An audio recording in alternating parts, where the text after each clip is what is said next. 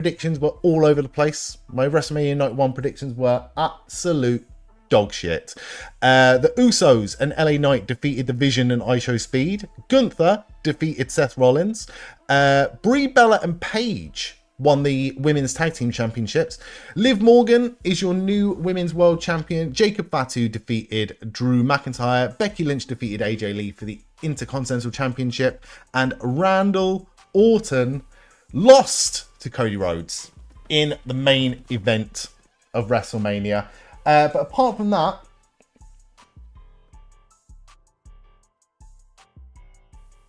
I really enjoyed it. I really enjoyed the show. A lot of people fucking hated it. No, Liv Morgan won. Liv Morgan won. Stephanie's. It's red if they lost. It's green if they won. That was just my predictions. My predictions was Stephanie Vaquer to win, but unfortunately she did not. Right, apparently, by the looks of things, we are back on YouTube now as well. Again, I'm so fucking sorry for tonight's stream just being plagued with fucking issues. It's really starting to get on my tits a little bit. Right, let me try and sort this shit out. In fact, I'm going to go for a very quick break. Before this tag team ladder match starts, I'm going to go for the world's quickest break. Enjoy Penta's entrance while I go for a quick break, and I'll be back in just a second. Don't go anywhere. Oh, wrong one. Ha! All over the place today. Back in a sec.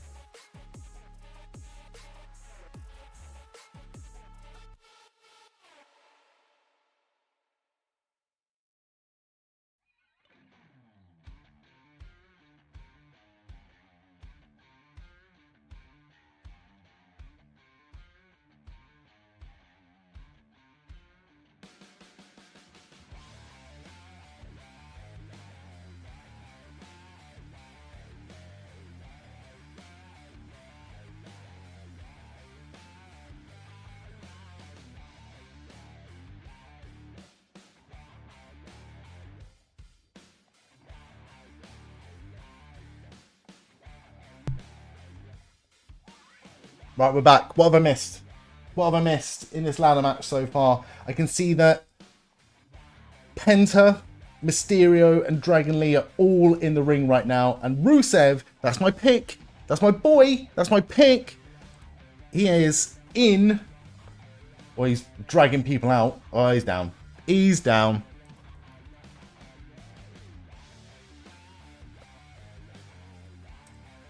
Right. Have I missed anything so far? I don't think so. What is Rey Mysterio dressed as this evening? Usually he comes as like some sort of comic book character, doesn't he?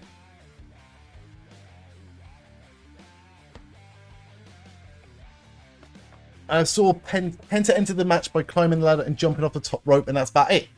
Penta did a Shao Kahn entrance and had to hold his helmet steady when he said Sami.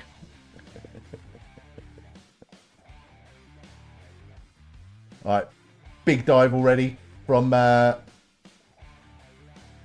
Javon Evans, unless I missed it.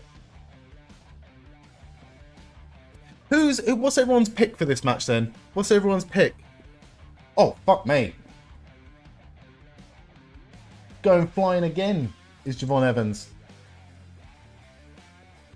I'm so worried about Rey Mysterio being in this match. The original plan for WrestleMania was what? It was meant to be Seth versus Braun, and it was meant to be Rey Mysterio versus Gunther, right? And they had to be changed because they were injured. And now they're both back on the card anyway. Oh, he's going to go 619 on Dragon Lee here. Oh, missed. As long as Rey doesn't land, as long as Rey doesn't take a bump off the ladder, and Frizz might be right here, we might get Rey Mysterio retiring after this match as well.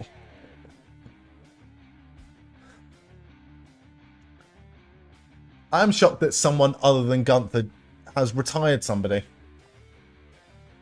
But again, can't say I'm massively, massively disappointed.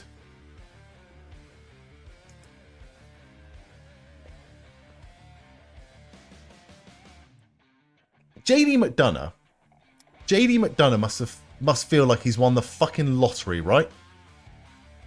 Having a match at WrestleMania when I'm pretty sure he hadn't actually wrestled since like November. Literally just think how mad it is that Rey is still an active wrestler when he debuted like 1994.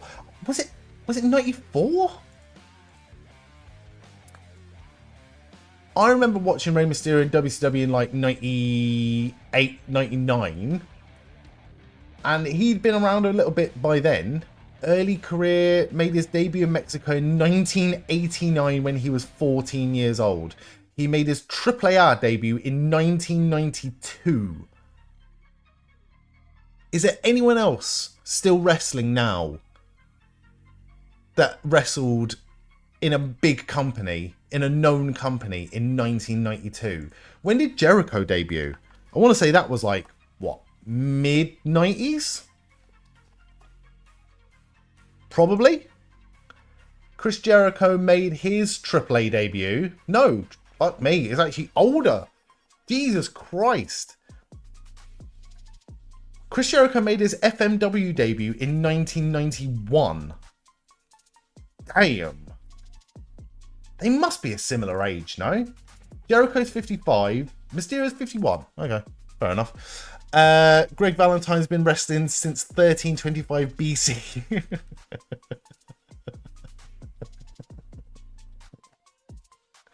Well, Jericho's been wrestling longer, but Rey Mysterio's 4 years younger.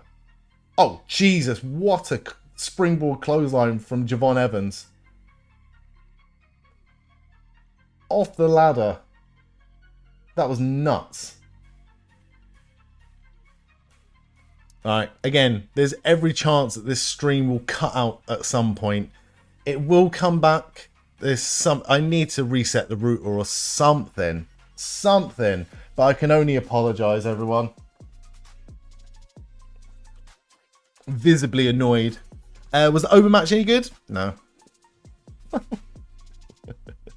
I like you, mate. I just struggled to get excited about it, and it's one of those things, and we've talked about it before, but like whether the man is guilty or innocent is kind of like, you know, at this point it doesn't matter. Like it's someone like that, someone who is mentioned 44 times in a sex trafficking lawsuit that is still ongoing, should not be platformed in any way.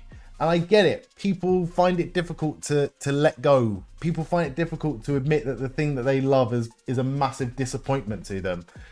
But it's the people that bend over backwards to excuse it or trivialize it. It's a bad look. It's a bad look, and it sends a bad message. And you see it all over social media. It's fucking horrendous. And that's why I've just been a little bit emotionless to the whole thing. Don't get me wrong. Love Femi. Really massive fan of Femi. I think he's fantastic. But, and I do love the fact that he's got his big moment on a big stage. And it's the first of many for him. But that match in general, just can't get excited about it. Can't get excited, can't get enthusiastic about it. Just don't really give a shit. Nah.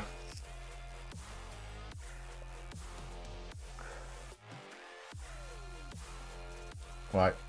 I never understand the logic behind setting up the seesaw ladders and setting up the platforms of the ladders in this way. Unless you're doing it literally just to hurt somebody like Javon Evans, which it worked pretty well. It gives you no sort of advantage to winning this match when you should just be climbing up the top.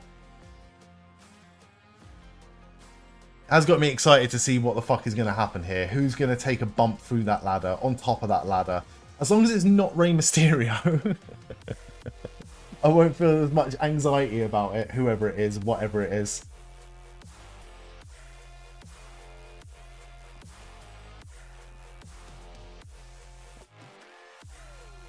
Have we seen a Penta versus Rey Mysterio one-on-one match ever?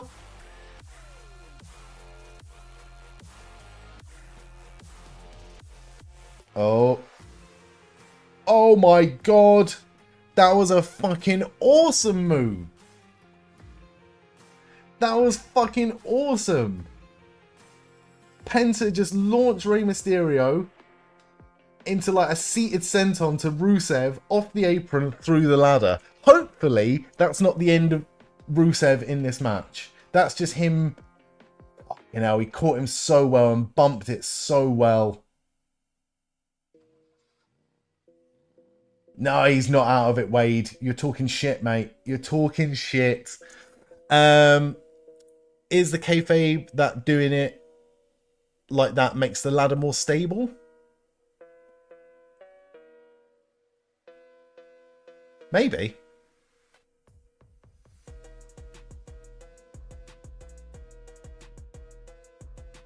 They never really acknowledge it. They're just like, oh, we're setting it up. They're like, yeah, but what, for why? Why?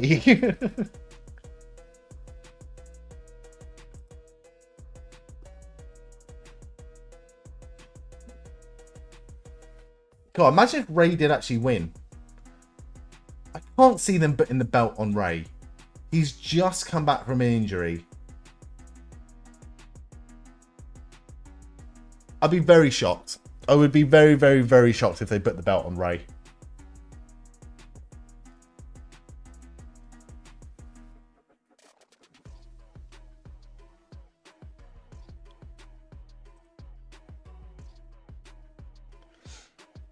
They're saying that Rey Mysterio has done way more in this match than I expected him to do. He's going to take a fucking big bump here as well, isn't he? He might even be the one to go through that ladder. No? Oh, Styles Clash. Lovely Styles Clash from Dragon Lee. And then rolling him out to get him out of the ring. I nearly went for Dragon Lee to win this match. I'd be shocked if Jade McDonagh was the winner. Really, really shocked.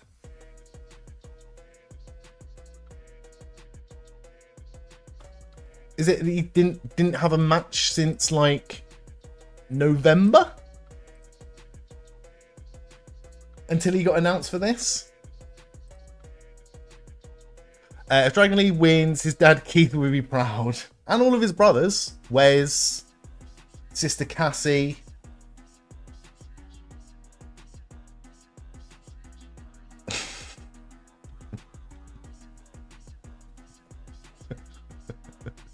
Suddenly fancy some Wingstop. Do you know what I had, Chris, last night?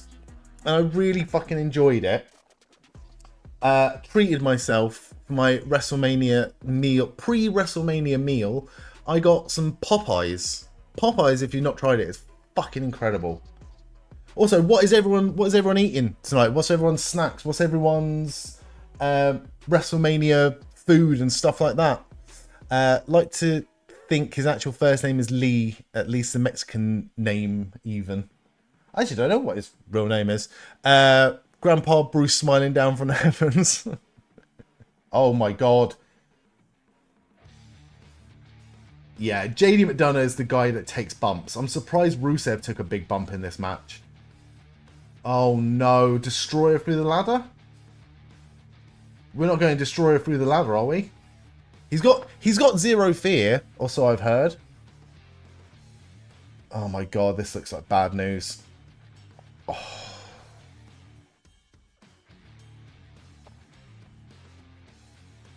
Michael Cole's just like, Madonna's dead. Madonna's dead.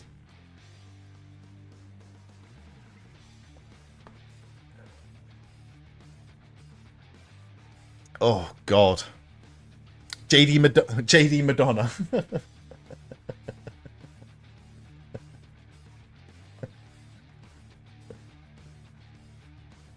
I've never had Wingstop, Psycho Fox.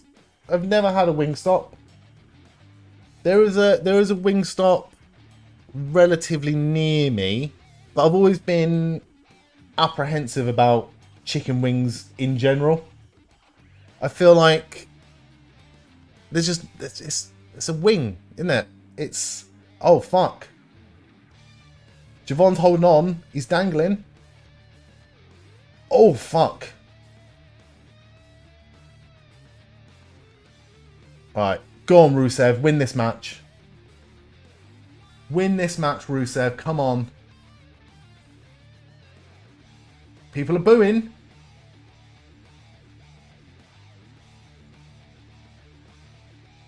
Oh, hurry up. He's not winning, is he? Had slow kicked shredded chicken and sweet potato wedges. That sounds fucking amazing. You're all about Popeyes for a few years, but now Wingstop has taken the top spot and you're a tenders guy. No Wingstop. Good. Okay. So you recommend tenders from Wingstop. I will let you know how that gets on because I will fucking get on that. All right. Big OG cutter from Javon to Rusev. You hate to see it. Hate to see it. Yeah, I just feel like with a chicken wing, the effort to reward ratio is just not good enough for me. Yeah, that might be it for Rusev in this match. That might be my pick done. That might be my pick done. Just had a big bag of Frank's hot sauce flavoured crinklies. Someone else was talking about that the other night. I've never tried them. I'm a bit of a... I'm not a big, massive spice fan. I do like spicy stuff, but I wouldn't go on my way, especially if I was getting like a bag of snacks like that, like spicy mini cheddars. Alright. You're selling it on me. You are selling it on me. Alright. Penta retains. Huge win for Penta. Huge win for Penta at WrestleMania.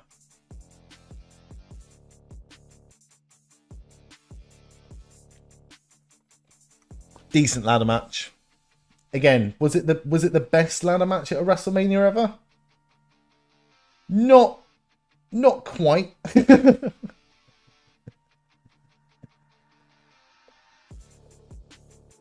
Still pretty decent though.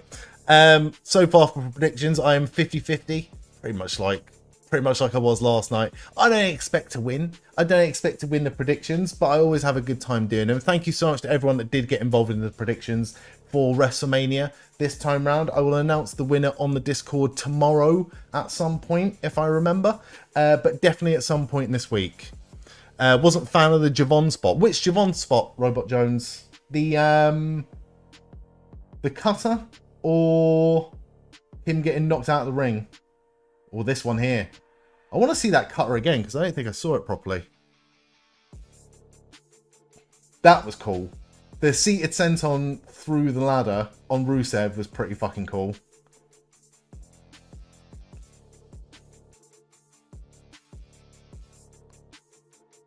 Spanish Fly was good. The Destroyer on the ladder. Oh, that always looks nasty. That always looks nasty.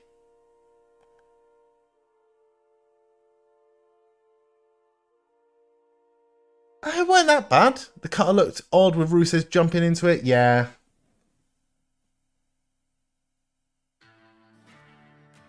I tell you what, it wasn't the best, but it was certainly better than the Cody cutter into the RKO last night. That looked rough. That looked really rough. Ian, welcome in, mate. How you doing?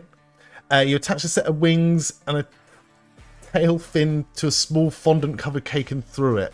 It was a flight of fancy. I love having you here.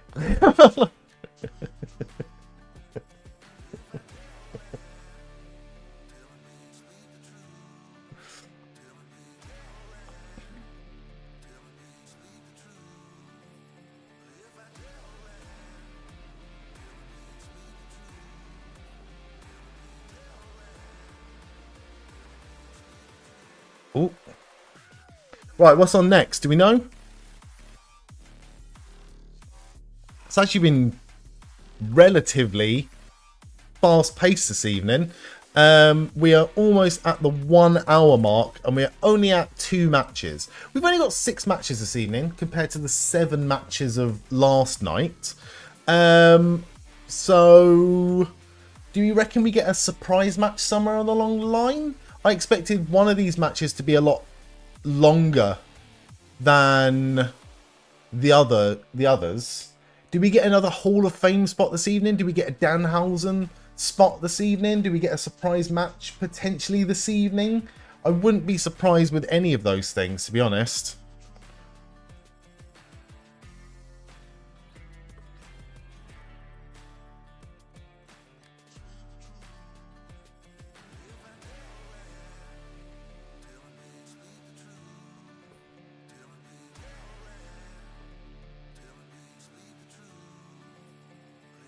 Right, I'm just going to stick something in the chat here. Just for anyone that's been watching or anyone that is going to come in at some point. So the stream has cut out a few times this evening. And I massively, massively, massively apologise for that. If it does cut out again, I will be back. Don't go anywhere because I will be back. It's getting on my tits though.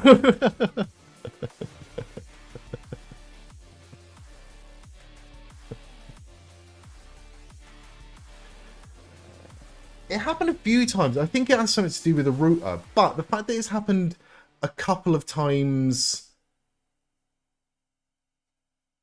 in the same stream is quite worrying, because when it happened before, it was like to do with some sort of router reset.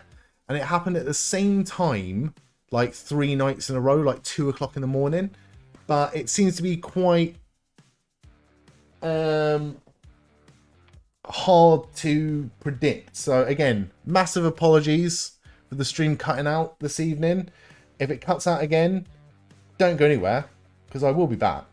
I will be back. I'm not fucking going anywhere this evening. I'm watching this WrestleMania. They're trying to make it as hard as possible. The booking, the build-up, the match quality. It's like they're trying everything they can to stop me watching WrestleMania. But tough shit. I am watching WrestleMania this evening.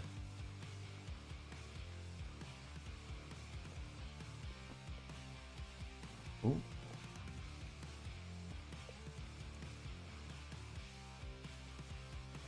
The Oberbrock match was perfect and the swerve was perfection. What swerve? You can see them feeding Gunther to Ober. Really? Battle of the career enders. That will be a match. That will be a match that happens at some point. I've got no doubt. I can't see that happening this year. I wouldn't be surprised to see like if you have Gunther as like the WWE champion, you have Oba as the world champion at some point, and then at like some sort of night of champions in Saudi Arabia, when you've got champion versus champion, that's when I can see that match happening first. But a big like title match, a match that, let's be honest, means something between those two, I can see that being a SummerSlam match. Just I can't see it being this year. Can't see it being this year. Happy to be wrong though. I will be very happy to be wrong. I just can't. The reason why I can't see it happening this year is because they're building both of them up. They're building both of them up to be so strong. Who would you have win? Who would you have win? Gunther versus Oba Femi. Who wins that match?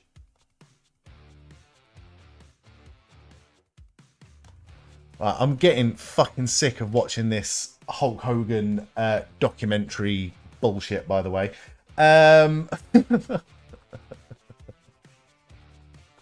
I don't think... I'm trying to work out what's been making the stream cut out this evening, and I don't think it's the Sporkle quizzes. I don't think it's anything to do with that. It might just be one of those things. So again, massively, really sorry for any time the stream has cut out tonight. Obviously not my intention. Obviously not my my plan at all. And a thank you very much for everyone that's... You know what? I'm going to change my fucking prediction, Psycho Fox. Who will Danhausen curse? Me. I think it's rightfully so.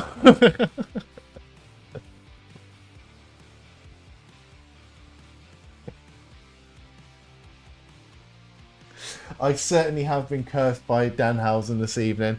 But I've had a good time. I had a really good time last night. I had a really good time tonight. And we have got 4 more matches. What match is everyone looking forward to? In fact, do you know what? I always say we try and remain positive here, but fuck it. Might be my ISP trying to update the exchange because one of your neighbours has lost their connection if the connection is only dropping at night. I don't know what's been going on. But the thing is, my connection hasn't been dropping. That's the thing. It hasn't really been dropping for anything else. Like, my Netflix didn't drop when it was going on. But for some reason, it must just be an OBS thing, potentially. Or it's something to do with the ISP, but there was just enough in there to keep the Netflix going. But the OBS just shut the bed. Really weird. No Iyo Sky match is strange this year. It's weird. The 2 women's world champions that walked out of WrestleMania last year are now not even on the card. Not even on the card. Iyo Sky's not on the card. Tiffany Stratton's not on the card.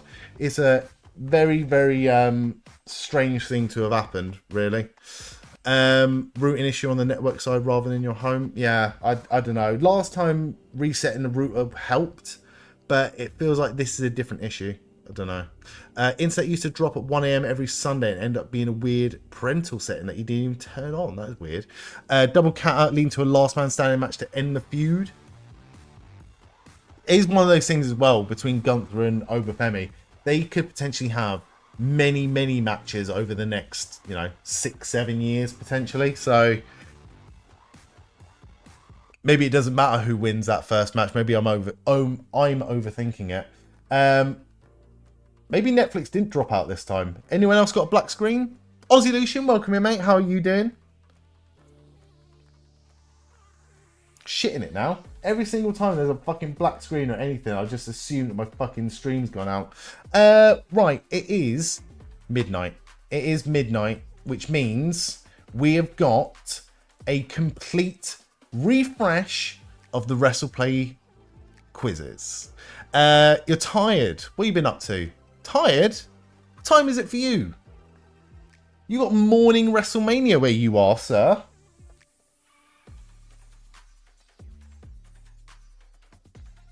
Still think he'll goad Lesnar into a match at SummerSlam, retirement the event he first won the title.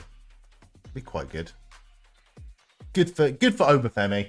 Good for a storyline. Again, I just can't get enthusiastic. It's beautiful. Big meaty men slapping meat. That is something we can all get on board with. It's midnight, which means don't feed Gizmo.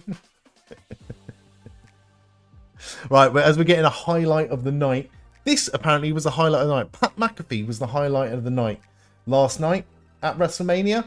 I would hazard a guess that quite a few people would probably disagree at that. Let me try one thing. See if we can get... maybe that. Hopefully that doesn't completely fuck up my stream.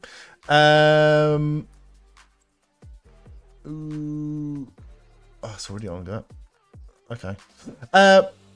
Who won the ladder? Penta won the ladder match. Femi beat Brock. And we're all winning right now our 100% streak.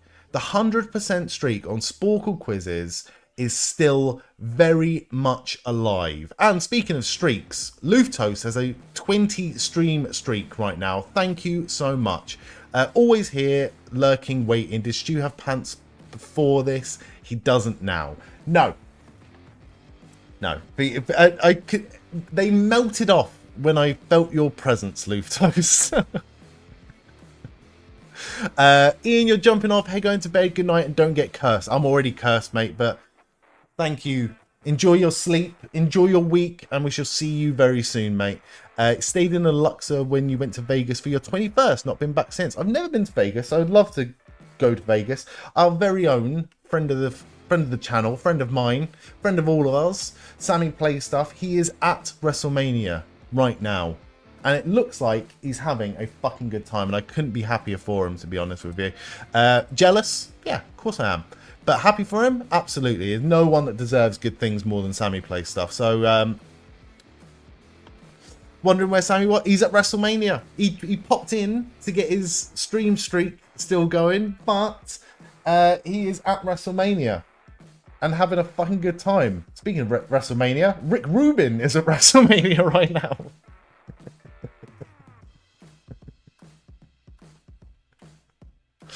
When you said melting, all I can imagine was the witch from the Wizard of Oz. Hopefully when he's back, he'll sort his Discord out. Yeah, hopefully when he's back, things will go right for him with the Discord and stuff like that. Right.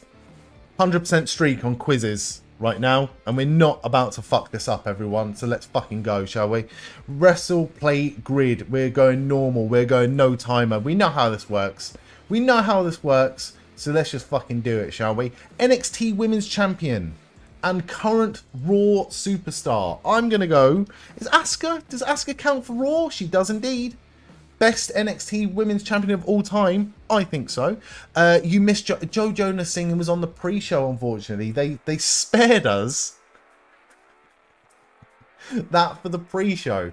NXT Women's Champion and has got a 75 or under in WWE 2K25. That is interesting. Who would have a 75 or under and an NXT Women's Champion? I'm going to go for JC Jane, no? Matt Jackson, no.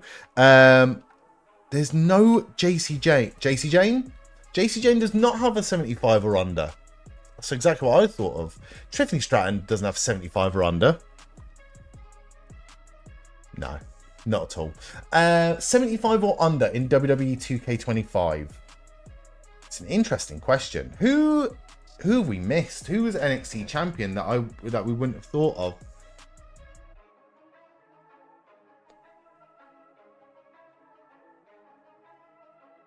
Can't think of anyone being a NXT champion, NXT Women's Champion, apart from JC Jane for the longest time. Who did she win it off? She won off someone. She went off Lash. Who? Indy Hartwell. It was Indy Hartwell. That's what I was thinking. Is Indy Hartwell? She was NXT Women's Champion. I didn't think of that. My first thought was Indy Hartwell because I think she had the lowest rating on the game. I'm pretty sure I'm right in saying that. I didn't know she was NXT Women's Champion. Though. Good pull still. Good pull. Talk show hosts and NXT Women's Champion. What? Did Mandy Rose ever have a talk show segment? Bailey. Bailey, of course. Ding dong hello, Aussie Lucian. Cruiserweight, and has a talk show segment. Miz doesn't count, does he? Miz definitely doesn't count. Cruiserweight, current Raw. Let's go Dragon Lee. 75 or under Cruiserweight. Let's go Noam Dar. No, talk show host though, and Heritage Cup. We'll get that. We'll have that. Logan Paul counts as a Cruiserweight. That's nuts. I did not expect that. 75 or under Cruiserweight in WWE 2K25. Let's go for no place for Nikki Cross. Dragon Lee we've already got on the board. Heritage Cup though, current Raw. I'm going to go for, was Charlie Dempsey in, no. Who else won that Heritage Cup? Who else won that Heritage Cup?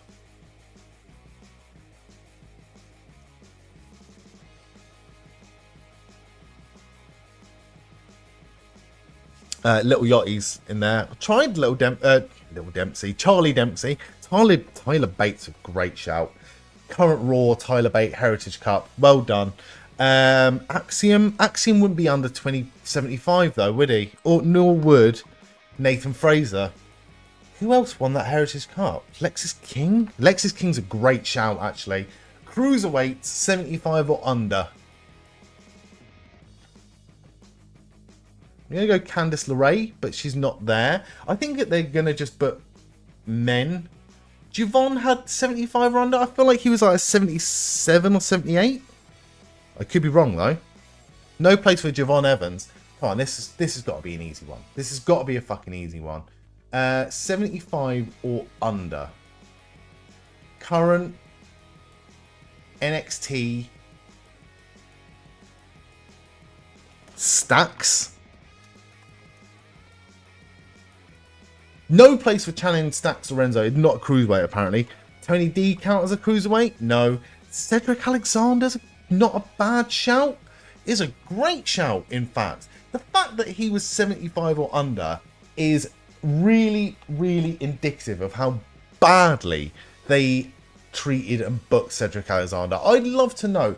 I always think about this with wrestling, because it's so easy for people to go, oh, they're underutilized, so XYZ fumbled, or oh, I wonder if what they did like behind the scenes to be like not utilized in such a way. I'd love to know what that situation was like for Cedric Alexander, because he won the Cruiserweight Classic, didn't he? He won the Cruiserweight Classic, he won the Cruiserweight Championship, he was a standout in that tournament, he was a standout on 205 Live, and then he was just not used at all until the Hurt Business, and he was really good, and like he was like really gonna be like this next big thing, or like it looked like really positive for him. And then nothing. I'd like to know what goes on, what went on behind the scenes with a Cedric Alexander. He did win the Classic, didn't he? No, he didn't win the Classic. TJP won the Classic. Yeah, sorry. But he was a standout in the Classic, and he got a contract during the Classic, didn't he? That's what I was thinking. I do apologise.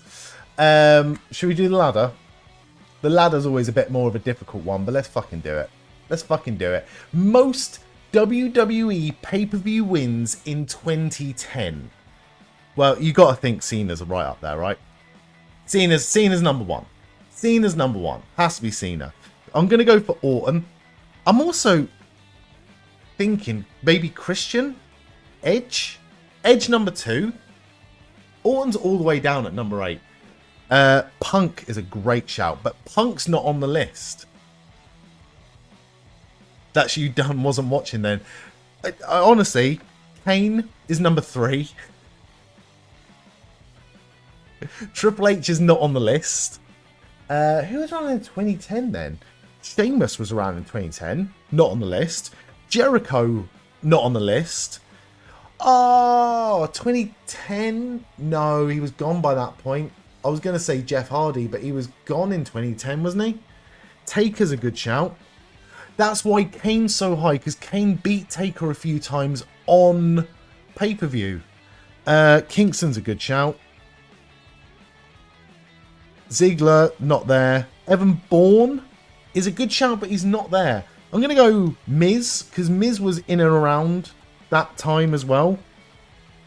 Miz is number 6. Morrison was in and around that time as well. Mysterio was IC champion around that time, so he would have been on a lot of pay-per-views. Always bet on R-Truth, even though he's not on the list this time. It's a good one. This is a really good one. Big Show, never doubt Big Show, never doubt Mark Henry. Mark Henry's not on this, but Big Show's number 5.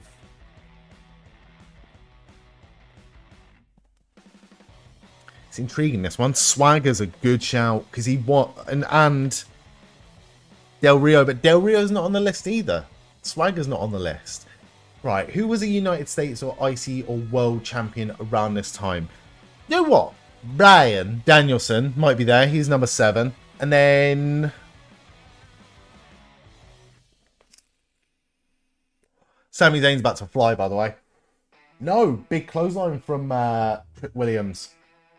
I can't think of who number 10 could be. Cena, Edge, Kane, Zeke, big... Ezekiel Jackson's not on the list. Wade Barrett, maybe? Wade Barrett's not on the list. McIntyre is not on the list. Cody Rhodes is not on the list.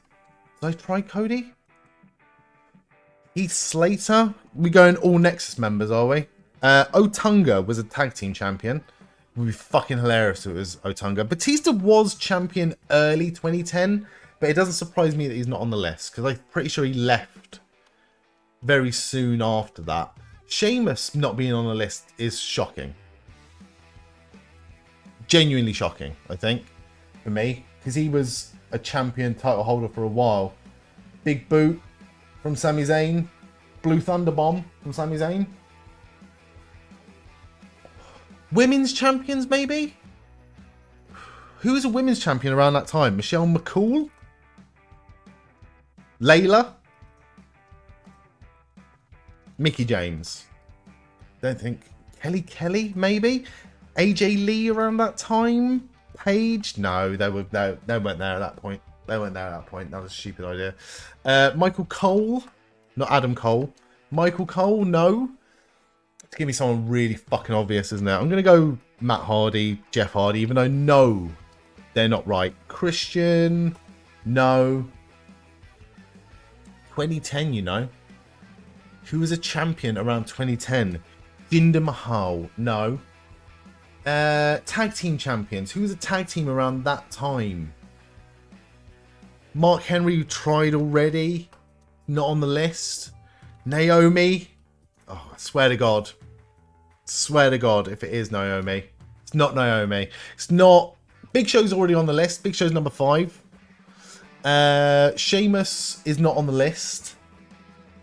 Fucking hell, Little Yachty just took a bump into the guardrail. Red Hot Bob Monkhouse. It's not Hogan, I'm afraid. Who was the NXT game show in 2010? So Bryan Danielson, Ryback? No, he wouldn't have been around at that point. Hogan won with Edge, not in 2010. We want most WWE pay-per-view wins in 2010. Triple H, I think we tried Triple H, but it's a good shout. No, Shawn Michaels was retired by that point, sorry. My mistake. Not Shawn Michaels, not Triple H, not Cena.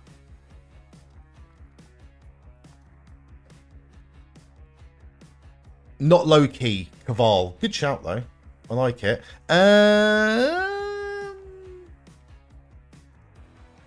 Not Justin Gabriel.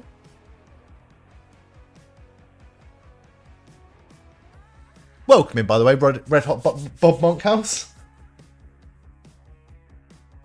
Hope you're doing well. Foley. It's not Foley, unfortunately. Not Foley. NXT Game Show 2010. So was that the year afterwards? The year after the other one. We tried Ezekiel Jackson. Tried Ziggler. Not fucking Ryder. Lesnar wasn't back until 2012, I think. It's not Lesnar. It's going to be someone really fucking obvious, isn't it? It's going to be someone really painfully obvious. Caitlyn? It's not Caitlyn. It's not Perry Saturn. It's not Perry Saturn. It's not... It could be Chavo Guerrero. Not Chavo. 2010. Kofi Kingston? Did we say Kofi Kingston?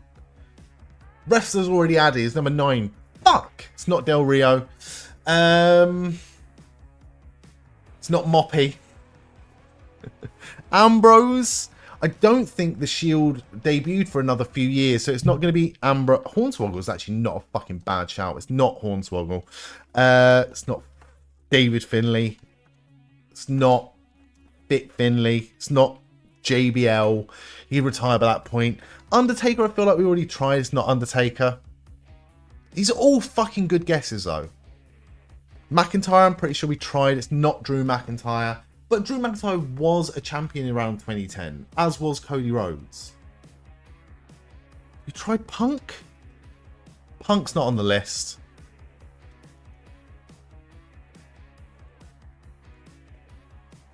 We tried Jericho. I feel like we tried Jericho. It's not Jericho. It's not Jericho. It's not Christian. But these are all good shouts. Jack Swagger, I thought, would be well up there. But it's not Jack Swagger.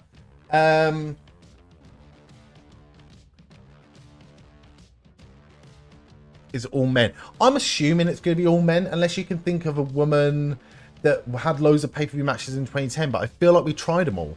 Jeff Hardy left WWE in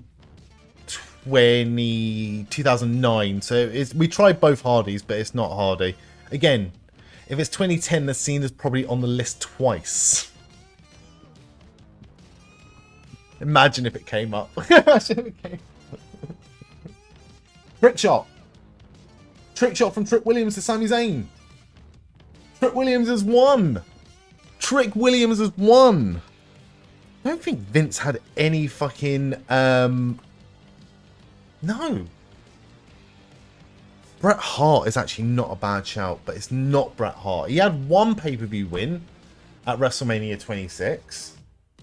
Prime Mysterio. Sin Cara? Was Sin Cara around that time? No.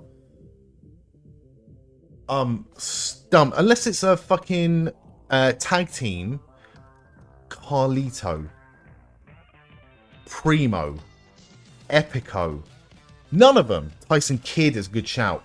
Gabe Kidd. Tyson Kidd's not even on the fucking list. David Hart Smith's not on the list. It's not Undertaker. All WWE. Most WWE pay-per-view wins in 2010. It's not Triple H. Again, all good guesses. Natalia's we've not tried yet. Oh, Natalia, well done. Well done, Cal. Well done. Fuck me. That was disappointing. I don't think we got that soon.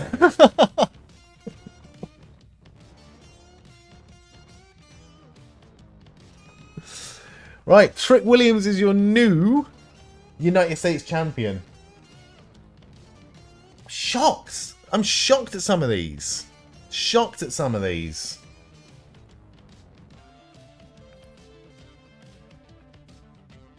Decent match though. That was probably... Should have got that sooner. I think we definitely should have got that sooner. My predictions, just like last night, are taking an absolute battering. Battering. If it's all male bar one, not cool. That was 2010 WWE for you. It was... When did AJ Lee come in? Like NXT season 3? So I don't think she properly debuted in that women's Evolution didn't get like its precursor until like 2011, 2012. Hogan should be on there regardless.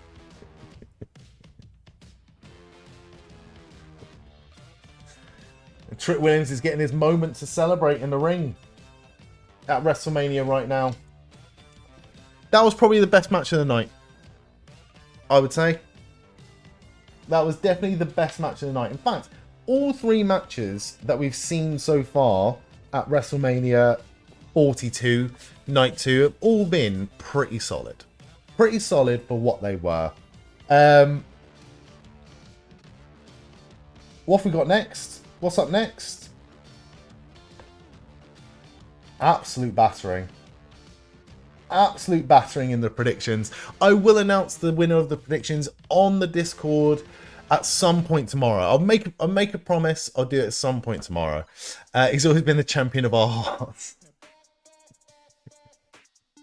Season 3 was a women's and it was September 2010. Oh, okay. I thought it was way later than that. Solution.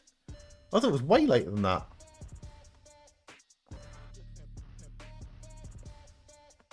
Interesting. That was in case you missed it, that was the season of NXT where Michael Cole and I think Josh Matthews were basically given the... That was the one, wasn't it? Where they just shat all over it, right? They just shat all over it. Or was that the Redemption one that they shat all over? I don't even remember who was on that. The Gong. You have a look. NXT season 4 was the Redemption, right? So was that like past superstars, or was that like there was 5 seasons of NXT when it was a game show?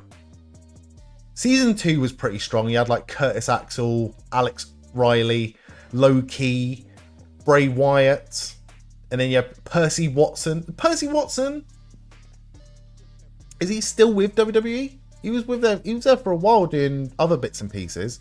Lucky Cannon, no fucking clue who that is. Eli Cottonwood, I remember Eli Cottonwood. And Titus O'Neil. Titus O'Neil was on season 2. Season 5 was Redemption, was it? Okay. So who was on season 5? You had Derek Bateman, EC3. You had Darren Young, back again, never eliminated, moved to SmackDown. Titus O'Neil never eliminated, moved to SmackDown. Derek Bateman was never eliminated. Then you had Connor from Connor and Victor from the Ascension. He was there. Lucky Cannon was back. Who the fuck is Lucky Cannon? And Jacob Novak, whoever that is. Lucky Cannon, whatever happened to you? Independent Circuit 2011. Has not wrestled since. Great.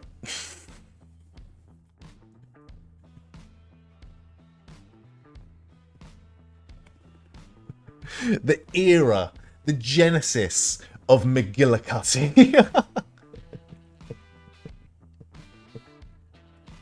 Who'd have thought that him getting a clean win over Triple H on an episode of Raw would just be the worst fucking thing to ever happen to him? Oh, the Mega Drive of McGillicuddy. For those in Europe and Australia, yes, it was the Mega Drive of McGillicuddy.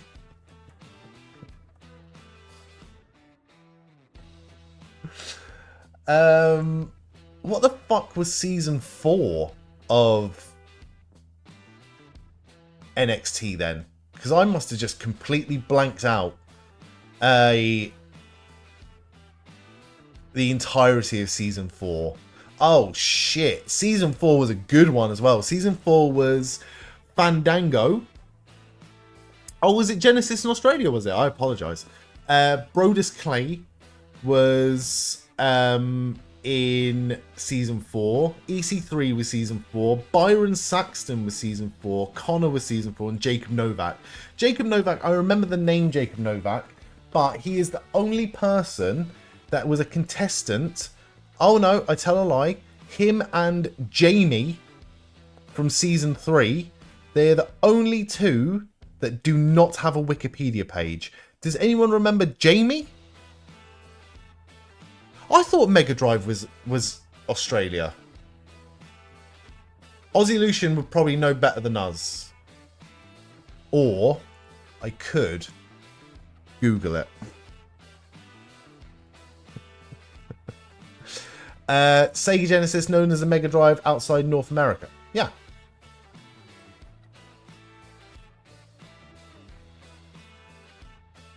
Hulk Hogan hasn't had this much screen time since WrestleMania 1. Yeah, Jamie was Bella's rookie. I'd have no idea who she is. Jamie, NXT Bellas. Who are you?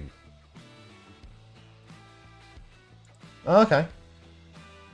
Wow. I'm shocked that she didn't get more screen time. Let's just put it that way. Short blonde hair. Yes. The hair short or was she short? I honestly, I have no recollection. I have no recollection of that whatsoever. I can remember watching season 3 of NXT pretty much every single week. I remember AJ Lee, obviously. I remember Caitlyn. I remember Aksana. I remember Maxine. I remember Naomi. Do you know what? I have no recollection of Jamie, and she was the first one eliminated, but she wasn't eliminated until week 5. And she was eliminated with an undefeated record. She had 2 wins and 0 losses, and the winner was Caitlyn, who had 3 wins and 4 losses. She didn't have charisma in hindsight, but she was one of your favourites. Was she your favourite because, or was she one of your favourites because she was good? Like, because of her, or did you like her because of the Bellas? And again, there's no wrong answers to that. There's no wrong answer to that. We are getting... I saw something yesterday, which was very worrying. Yesterday at WrestleMania, it was on until 3 o'clock in the morning for UK viewers, which means it was a good, solid 4 hours long.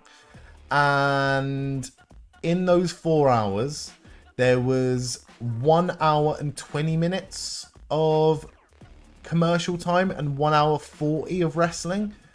And that's not good. I'd like to see the side by side with the AEW, because AEW pay-per-views give you your fucking money's worth.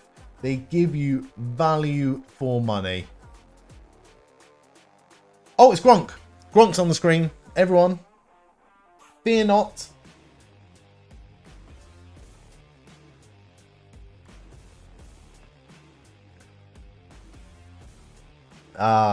I remember when I had my first beer as well. You have to be able to hold your bladder through AEW. I often don't know. I often happily say that I'm going for a quick break.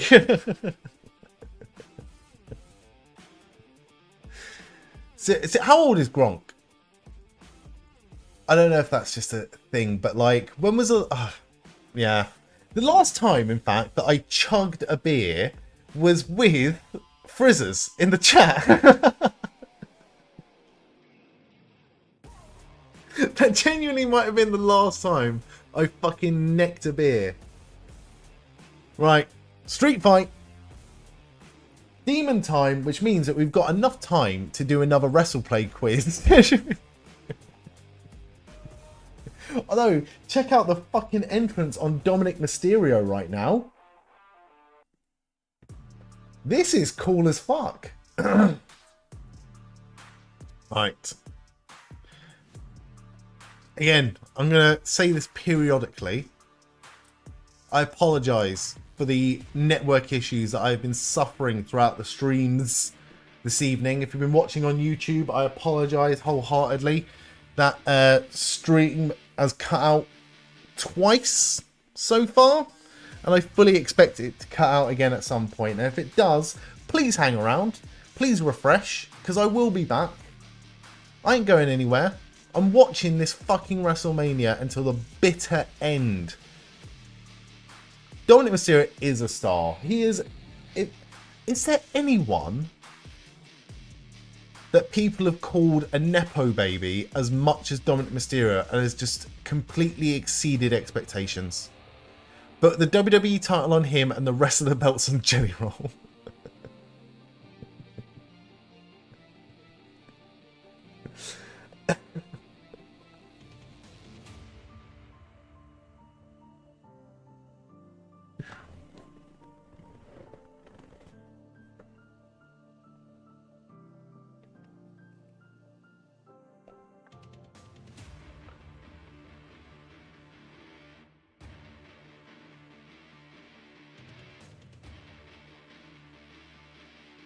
everyone's Cody Rhodes. I don't feel like people gave Cody Rhodes that much shit. Right? If you look at Cody Rhodes from like when he first started, obviously people gave him shit because of being, you know, who his father was and the expectations and stuff like that, and him looking nothing like Dusty Rhodes as well. But I feel like that kind of went away pretty quickly. Definitely quicker than Dominik Mysterio. Charlotte Flair, yeah. Charlotte Flair, yeah. Shane O'Mac, as soon as Shane O'Mac took that first dive at, what was it, SummerSlam 2000? Where he fell off the Titantron in the Steve Blackman match. Even King of the Ring 2001 as well. He did his time. He did his time. Dominik was definitely a very memorable moment at last year's WrestleMania. What did he do before? My memory is shot to shit.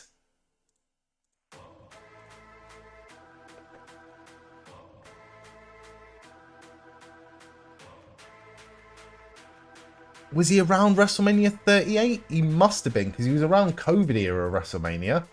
WrestleMania 36. Did he have a match with Rhea for the tag titles? No. He was definitely around the COVID time. Must have been afterwards then. Must have been after the Mania that he sort of came into play. Mania 37. Oh, Jesus Christ. Jesus Christ. 37. Wasn't on the card. Apparently. Shocking that.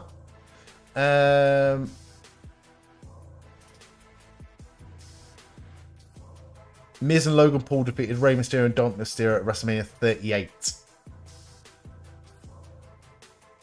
39, he had a match with Rey, I want to say. 39, one-on-one versus Rey. 6-man at 40. BS.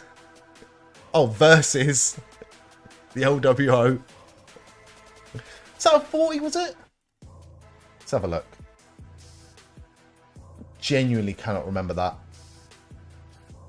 I remember the AOP and Street Profits and Bobby Lashley 6-man.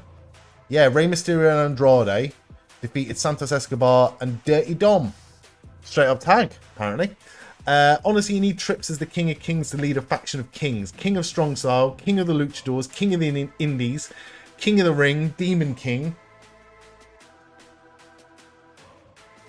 Let's just hope that when the lights come on, it doesn't look like Finn Bálor's in blackface this evening. That's all I'm hoping for. Because the last time he was a demon, it looked bad. It looked bad. Kingler from Pokemon.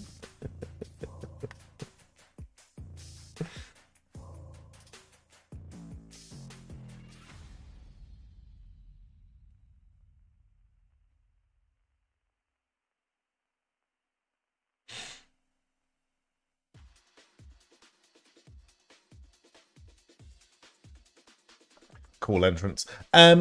Serious question though. Do we think Finn Balor's got another world title run in him? Even if it's for a month, 2 months, 3 months. Do we think that Finn Balor has another title, like world championship run in him? Oh, the Titantron for Demon Finn Balor is fucking cool, by the way.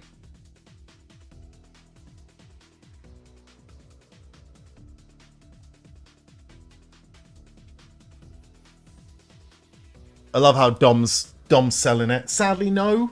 I think you're right. I think, yeah.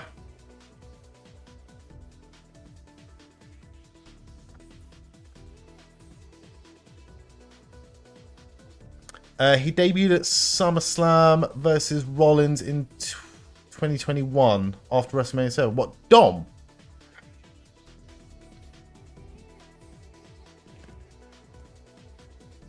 What, debut match?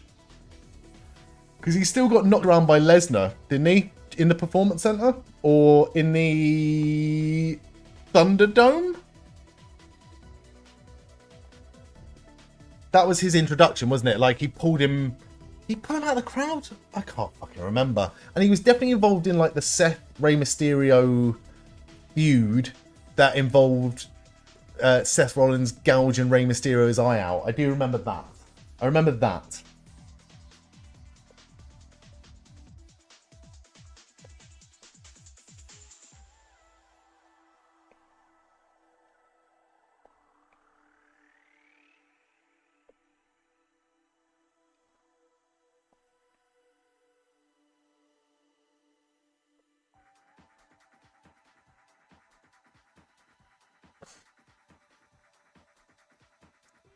Took an absolute beating with kendo sticks in the build, although technically you could argue he debuted 21 years ago. He did indeed. He debuted at SummerSlam, was it 2005? 2006? 2005?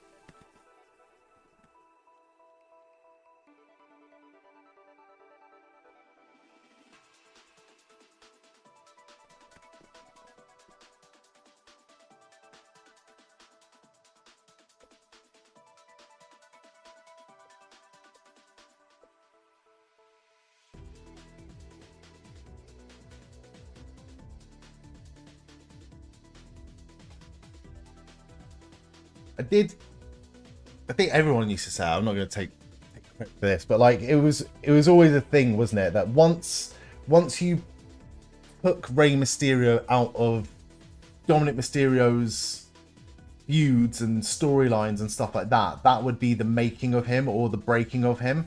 And he has really, really done so well in that time. He looks like he is a proper wrestler. He is an actual proper wrestler now. He is one of the few trial by fire. God, the fucking paint on his back as well, Finn Bálor. WWE own made talents that has really, really, really worked. Big fan of Dom? Yeah. I think you'd be hard pushed not to be a big fan of Dom at this point. Only another 2 minutes and Finn's entrance would have been longer than Liv's match. That is a joke. That is a fucking joke that Liv Morgan versus Stephanie Bacco got 7 minutes yesterday. He's funny too, genuinely important. Yeah, definitely. Definitely.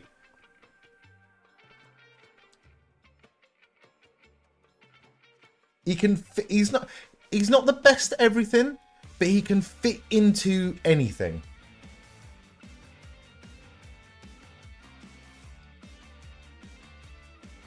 And it must be nice for like a Finn Bálor or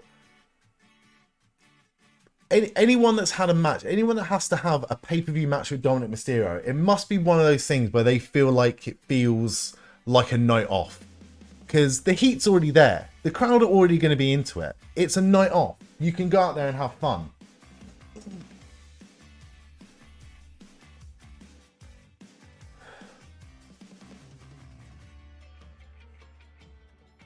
Right, what's the over-under on the tables then? Does Jade Rhea go longer than Liv Steph? I fucking hope so. I really fucking hope so. I feel like I would have preferred to have seen a longer Liv Stephanie match than a long Rhea Jade Cargill match. But it's you know, can we have something? Dom's Tash looking too manly now, not thin and sleazy. Needs the bum fluff Tash back. He's grown out too much. He's filled in the gaps.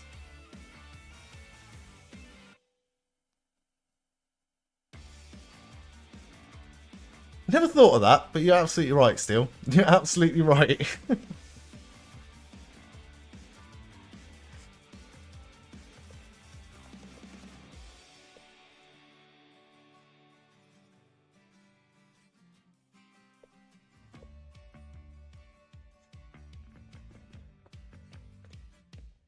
Too Rick Rude, not enough Eddie.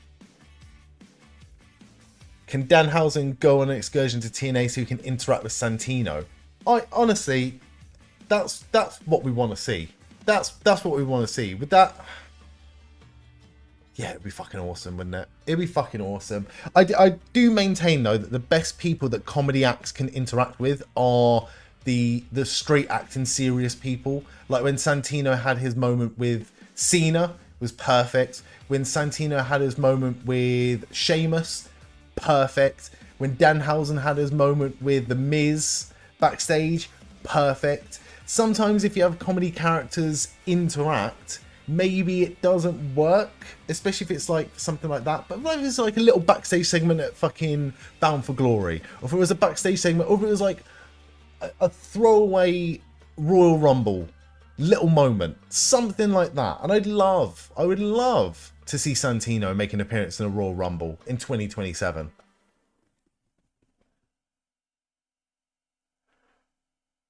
Just a 1 count.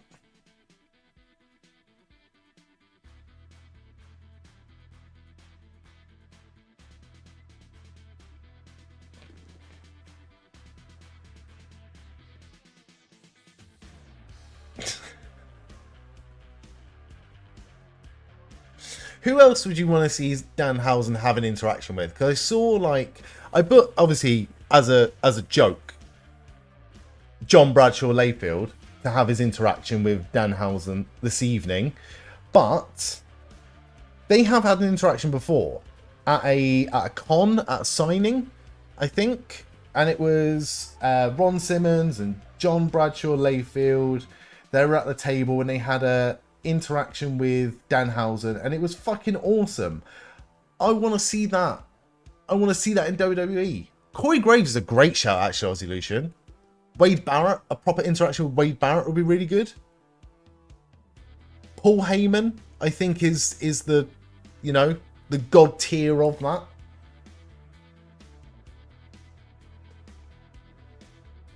Trying to think who else, who's like a serious character. Fucking Rusev. Curse Rusev, and then just give me fucking Rusev Day shit back. Just give me Rusev Day.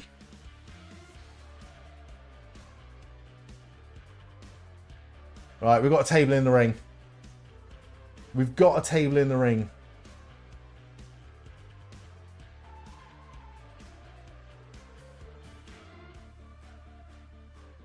I'm surprised, and I don't blame wrestlers for not wanting to take this bump, because it's a bump that we haven't seen in a long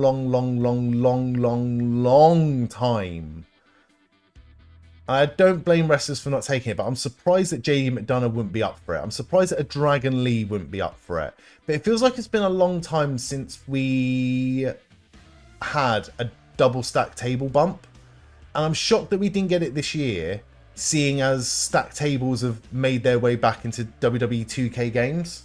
I was kind of expecting to see tables being stacked in that ladder match, but it did not happen.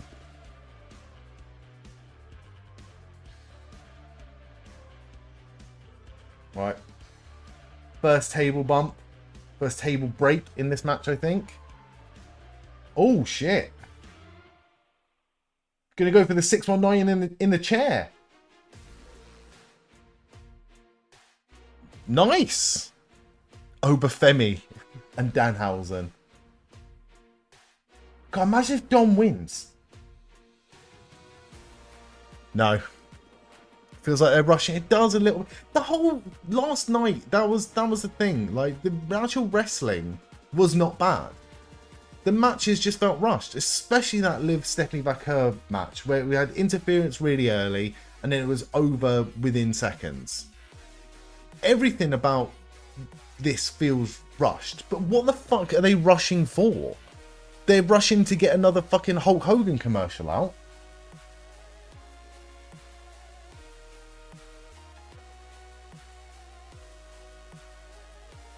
Got to get another 7 minutes of Hulk ads before the top of the hour.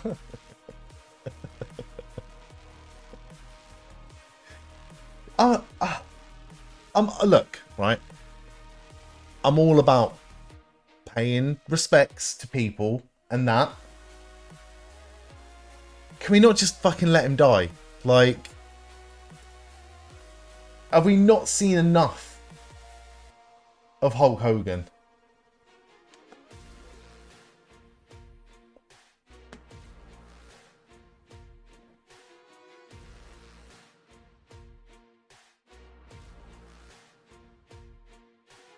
Right, well, this match is definitely not going to be over until that table breaks. And I'm assuming we're going to get coup de grace through the table. Yeah, play to the audience. Play to the audience. The rest of me like, you ain't got time for that, mate. Over-under for Punk Reigns is 26.5. I'm not going to give it that. I'm going to give the over-under... I'm going to give the over-under the same-ish what Cody versus Randy was last night. The over-under of Punk and Reigns is going to be 22.5 minutes. I think that's fair. I think 26.5 is a lot. But it's bell to bell, remember. Bell to bell. If we were doing with entrances, it'd be an hour. Rumours as well. Rumours that AFI might actually play CM Punk to the ring tonight.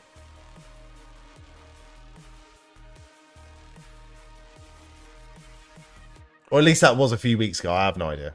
I have no idea. It's also Reigns. It is also Reigns. Maybe we'll meet in the middle then. Maybe we'll go over under 24 minutes. But I'm not going any higher than that. Right. Coup de grace.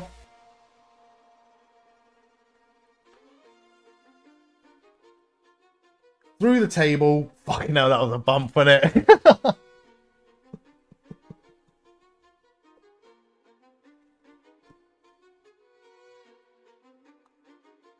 Oh my fucking god, that is funny. Danny, also, hello. Welcome in. How are you doing? Hello from Massachusetts. Hello from England. How are you doing? I did notice as well, I didn't see the YouTube chat, so I do apologise. For anyone watching on YouTube right now, thank you very much for being here. The stream has cut out a few times this evening. Technical issues on my side, and I apologise for that. If the stream does cut out at any point, refresh the page in a few minutes. I will be back. I'm going to be here to the end of WrestleMania, I promise you. Also, Steve, Dallas Cowboys, welcome in if you're still here, mate. Just rename this Ads Mania, says Steve.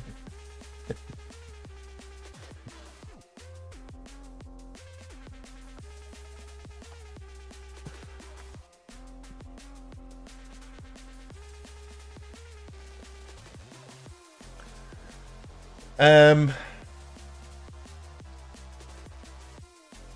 24.5 for the over-under, and you'll take the over. Okay. Okay. Right.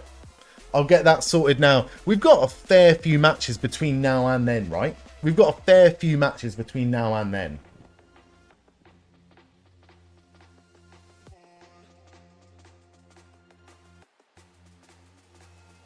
So I will get that sorted for your solution and for everyone.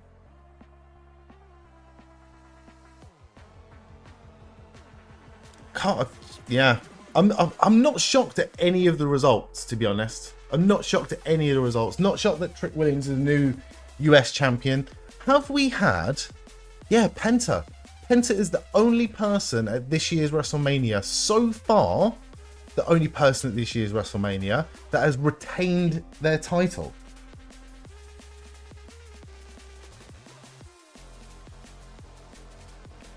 We had 4 title changes last night. Oh, Cody as well. Sorry. I apologise.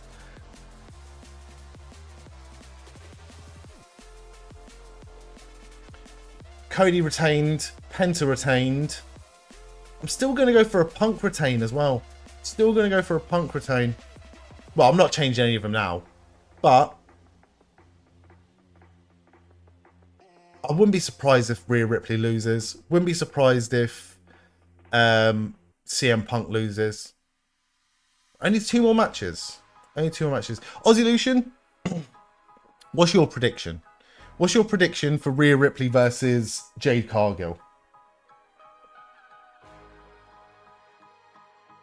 Because again, with Jade Cargill's, can we call it inexperience now? Can we call it inexperience now for Jade Cargill? She's been around quite a long time now. She's been around a bit. But with her limited limits, do we think this match goes any more than 10 minutes?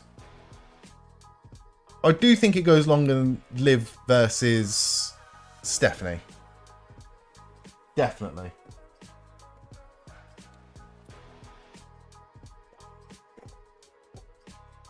She could be a 40-year-old veteran and still be a rookie.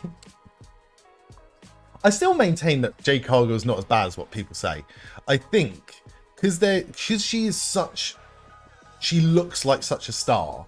The expectation of her to get good and get good quick is so fucking high for her that a lot of her matches are overly scrutinized. Like, I always point back to, there was that one pay-per-view where she slipped on the top rope and people fucking dug on her for weeks about that, completely ignoring the fact that AJ Styles slipped on the exact same part of the top rope that exact same night. But, you know, the people want to be entertained. The people want to be entertained. I disagree. I think she has improved. But the bar was pretty low. The bar was pretty low to begin with. But I feel like, I do think she has improved. We'll see, though. We'll see. We'll see. Yes, everyone around her does work hard, extra hard, to get her through the match. And if anyone could do it, the best, I think Bianca could do it the best. But Rhea Ripley is right up there. This has got all the makings to be an incredible match or a complete shit show. So what do we reckon? Great match, complete shit show.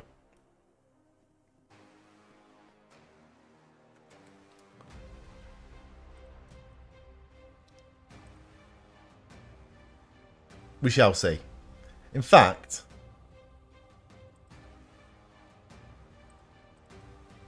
I'm gonna put a prediction in there.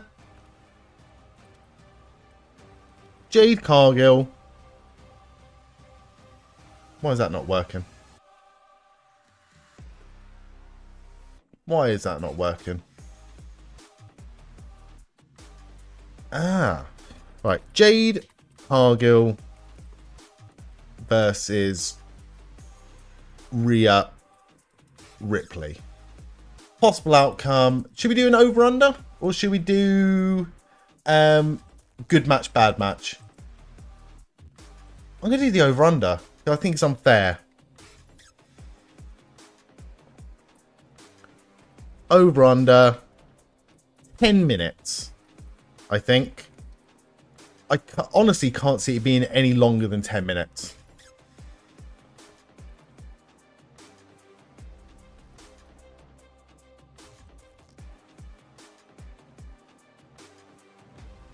And you've got 5 minutes to do it. And if you can't see the prediction in the chat, just refresh the stream and the prediction will come up. That even come up? Yeah.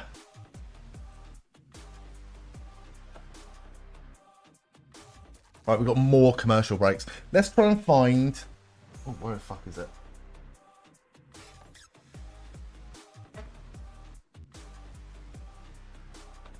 Try and find another quiz for us to do after we wait between the longest commercials that we have ever been subjected to. We have had WrestleMania sized commercial breaks throughout this weekend. And again, I just want to say a massive thank you to everyone for being here, for propping me up so I can lean on everyone here to get through it. I think if I was sat watching this on my own, or sat watching this, you know, and not streaming and not with anyone, or not watching it with anyone, I might have possibly turned it off right now and done something else. So the fact that you have chosen to spend your time here watching it, I am fully 100% massively grateful to all of you. WrestleMania 42 minutes of ads between the 8-minute matches. There was almost as many minutes of ads yesterday as there was wrestling time in the ring. And that's unacceptable. Like, really, genuinely fucking unacceptable. Especially when we haven't really had much in the way of, like... You know, what are they rushing for? What is that time rushing for? I don't... Yeah. It's not been good. Right, we'll go... Oh, no. Let's go... Grid? And we'll go hard mode, and hopefully it is. Okay. You know how the grid works.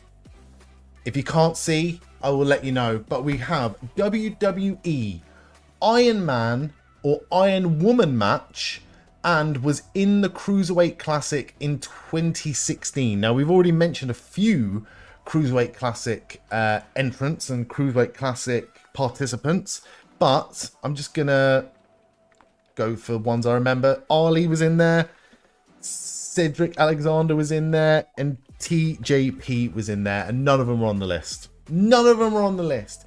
Allied with... Oh, Akira Tozawa. Akira Tozawa, allied with Chad Gable. That's perfect. Who was in the Cruiserweight Classic and was an AEW TNT champion?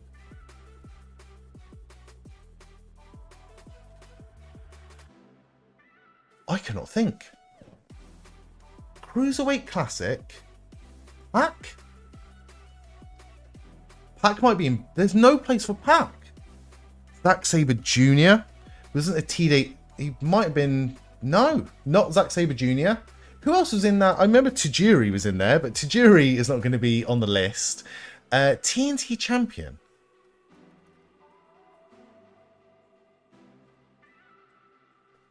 Has Ricky Saints or Ricky Starks had an Iron Man match? He hasn't.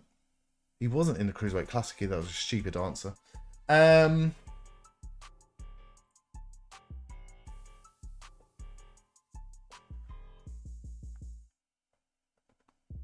Ciampa?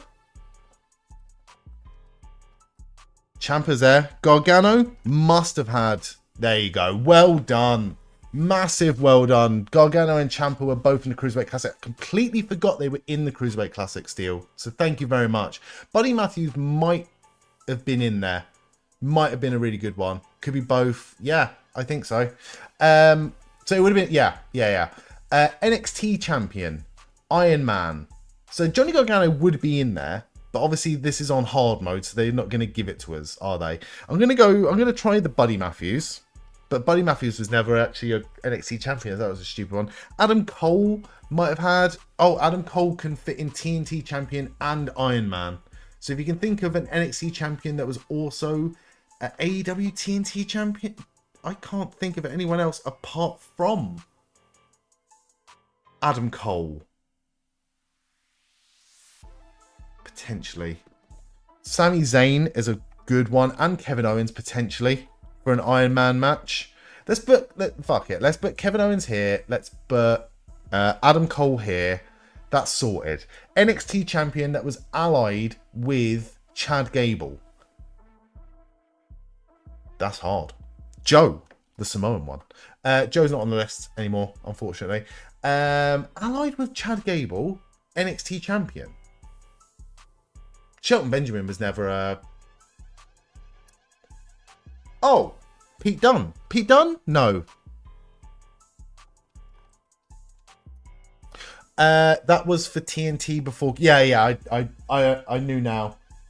NXT champion and allied with Chad Gable.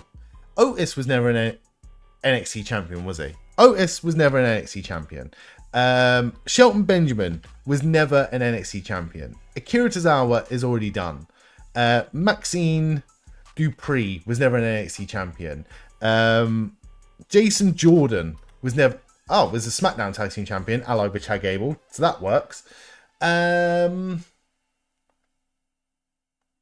else was... Oh, Bobby Roode. It's Bobby Roode. They were Tag Team champions together. Bobby Roode. Thank you, Resolution. Thank you. WWE Iron Man and SmackDown Tag Team Champion. I reckon this one's relatively easy. No? I'm going to go for Cesaro for bottom right, by the way. Oh, doesn't matter. Cesaro can go bottom left. Who was a SmackDown Tag Team Champion and an AEW TNT Champion?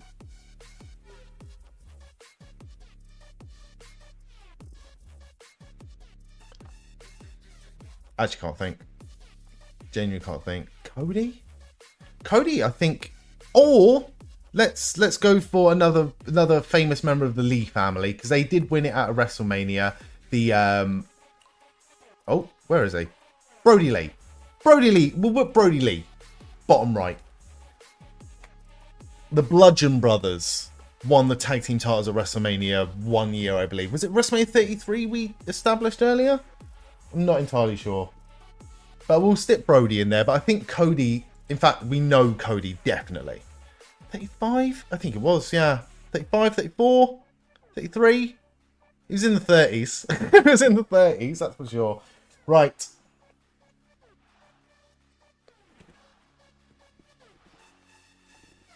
Rhea Ripley looks bang up for this.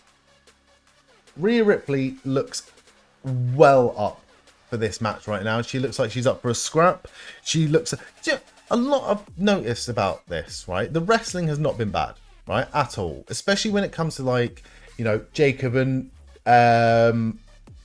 Drew, Dom and Finn, Liv and Stephanie Vaquer. They're all wrestling like they've got a fucking chip on their shoulder. Like they've all been told that their match has been cut short last minute. And they want to get all of their shit in. And I don't fucking blame them. I would like to know... I would love to be a fly on the wall backstage for this. And I don't mean I don't want to watch it in a WWE Unreal documentary. I have a feeling that this year's WrestleMania might be a complete shit show backstage. We shall see. Can we talk about how amazing Alicia Taylor's hair is and how much effort she must go into that? Absolutely. Every single big show as well, every single pay-per-view, she is on point. On point. That's an all-day hair job, is what that is as well. Right, locking up. That's a nice lock-up, by the way, between Rhea and Jade Cargill.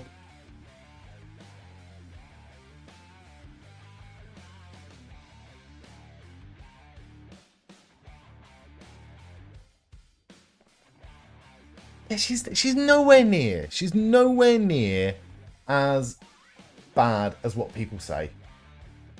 Is she a leader in the ring? Is she a ring general at this point? No. I think she's safe though. That's what you want. She's safe. She's athletic. She's got fucking charisma for days. Does Jade Cargill?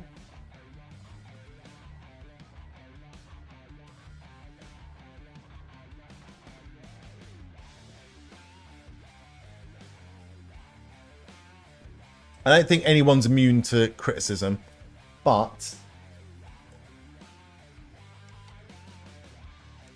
I think she's the recipient of far too much hate. I'd love for her to do a Get Ready With Me. That would be pretty cool. It'd be long.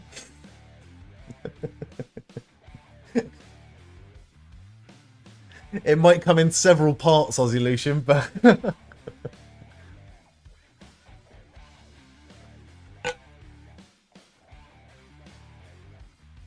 Alright, I'll try and find... I wonder if we can do something a little bit different. If we were going to do a last Sporkle quiz after the main event. Or maybe even after this match. Oh, in order.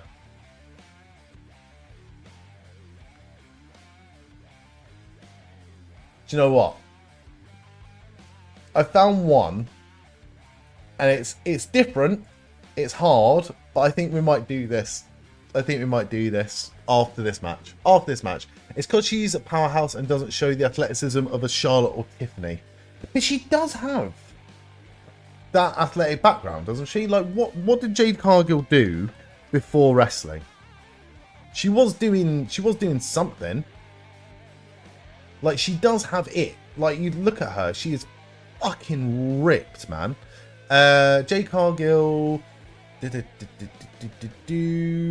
She attended Florida Air Academy. Okay. Basketball for the Orlando Comets. Okay. Jacksonville University, where she played basketball for Jacksonville Dolphins as a forward guard. In her sophomore year, she was named Atlantic Sun Player of the Week.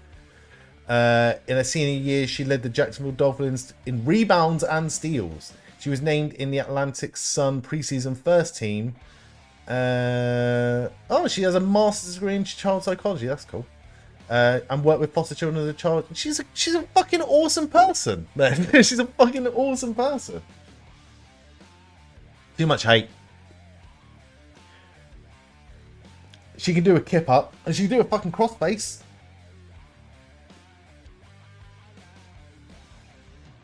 She got a crossface in the middle of the ring to Rhea Ripley. Honestly, wouldn't be shocked if this match went either way. Her moveset isn't flippy. There's another reason she gets so much heat. Or is it too flippy? You know, like when she does them springboards and she slipped, my first thought was, I always think back to when Kevin Nash talks about he was in a match once with, I think he was in a match with Bob Backlund, and I think it was like just after or just before he won the WWF Championship in Madison Square Garden on a house show. And he was, it might not have been Bob Backlund, it was somebody. It was somebody. And because Kevin Nash was relatively new in the business at that point, or relatively new in WWF at that point, his opponent said, do a sunset flip on me. Like a sunset flip into a fucking, into a pin. And Kevin Nash is what? Fucking nearly 7 foot, like 6'8", 6'9", whatever he is. And imagine that cunt doing a fucking sunset flip. And apparently after his match, he went backstage, immediately opened the curtain, Undertaker was stood there, and he said, did you ever fucking do a sunset flip ever again? And if anyone ever tells you to do a sunset flip, tell them to go fuck themselves. And I find a little bit of that with Jade Cargill. I think Jade Cargill, oh wow, what a fucking bump that was, face first. Jade Cargill shouldn't be doing things like springboard. She doesn't need to. She doesn't need to do a fucking springboard. She's a powerhouse. She's a monster. But she took that fucking face bump like a champ, though. Took that face bump like Rhea Ripley owed her money. That was something. That was certainly fucking something. I enjoyed that.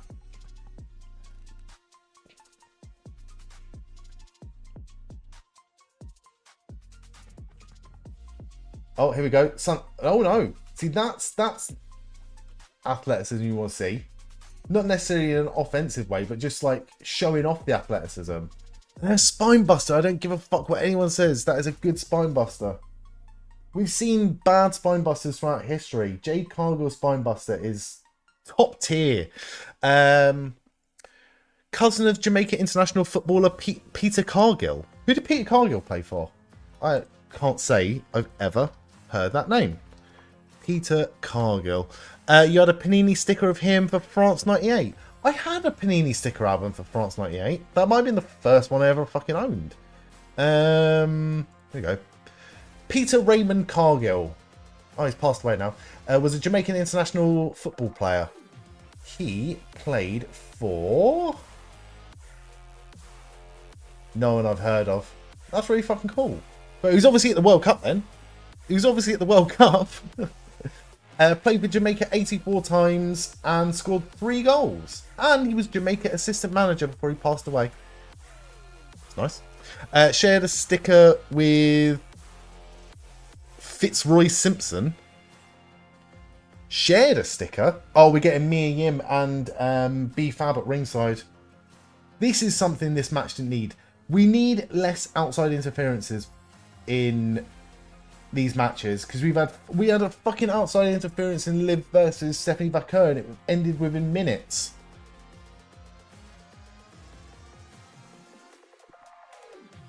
Oh my god, she's going to go one-winged angel.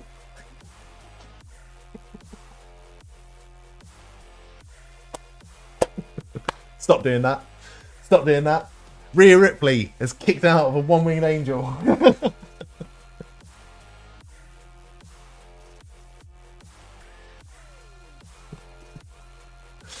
I wouldn't be surprised. I joke.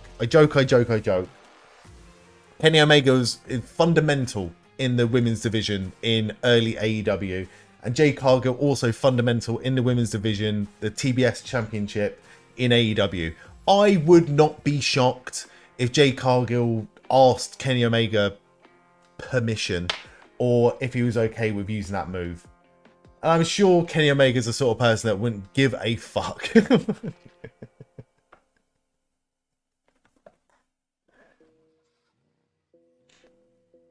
Yeah, get him out. Get him out. Iyo Sky. Rhea has backup with Iyo Sky.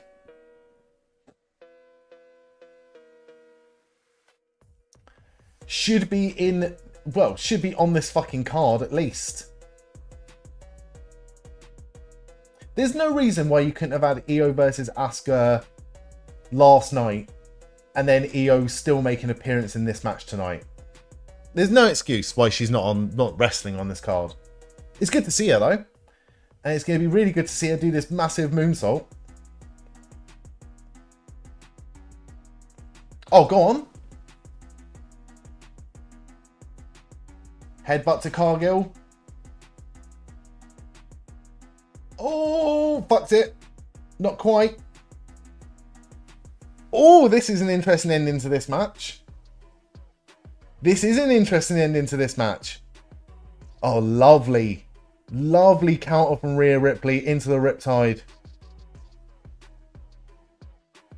By far, the best ending to a match at WrestleMania this year is Rhea Ripley versus Jade Cargill. That was a brilliantly worked ending. That was fan-fucking-tastic. Mad skills from Iyo to fix her top mid backflip. I saw. There's no room for them on the card. Got to get ISO speed on there. Got to get that jelly roll spot in, brother. We got to have Pat McAfee twice. Great sequence. It was honestly that was my favourite ending to a match on this year's WrestleMania so far. By far. Every match has been solid with every ending falling pretty flat for me so far. But by far best ending goes to Rhea versus Jade.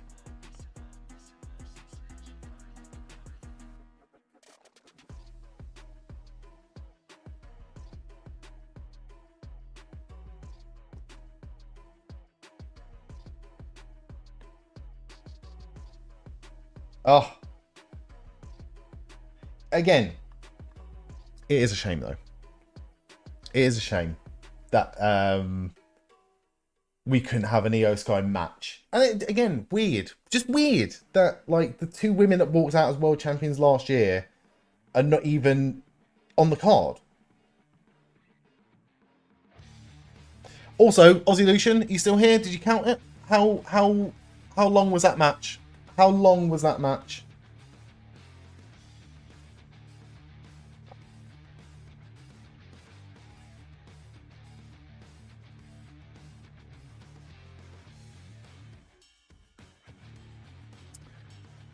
Rhea's great, and I've heard many normies mention her to me, so she could be a crossover star too. Oh, absolutely. Yeah, absolutely. I find it funny, right? Really, really funny that I love how you say normies, by the way.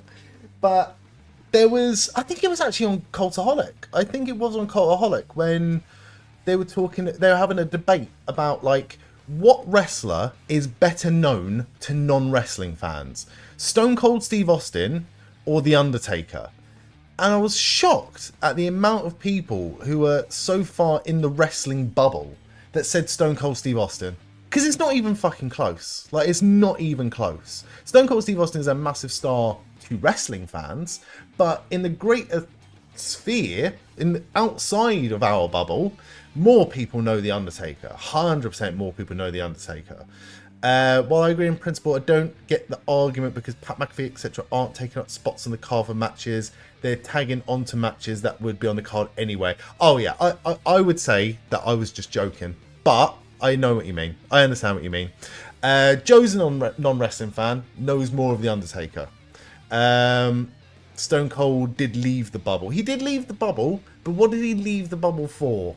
I mean, The Condemned is a good film, but it's not breaking any records. Before you're a mental wrestling fan, you were well aware of Austin. Fair play. For me as well, I think my dad is not a wrestling fan, but it's my dad that got me into wrestling in the first place. And one of the things he said was, you would really like wrestling. They've got this guy called The Undertaker. And he knew about The Undertaker. He didn't know about Stone Cold Steve Austin. You were well aware of Austin. You mean Stone Cold you think Stone Cold was mainstream household name? I couldn't disagree more. Honestly, couldn't disagree more. I think he was in Celebrity Deathmatch. Honestly, like, how long did Celebrity Deathmatch last for, though? A couple of years? I think if you ask people now, and if you ask people then, I reckon non-wrestling fans, people that don't know anything about wrestling, or people that don't watch wrestling, would still know more about The Undertaker. Honestly, I would die on that hill. I'd die on that hill. I think your mum had heard of The Undertaker, but not Austin until you started watching. Yeah. I don't disagree that Stone Cold Steve Austin did more things IP WWE related outside of WWE, Celebrity Deathmatch, whatever fucking appearances on, you know, Billy Gunn was on Sabrina the Teenage Witch, but you're not going to say that Billy Gunn was more well known than The Undertaker. I know it's a fucking unfair comparison. It's a fucking...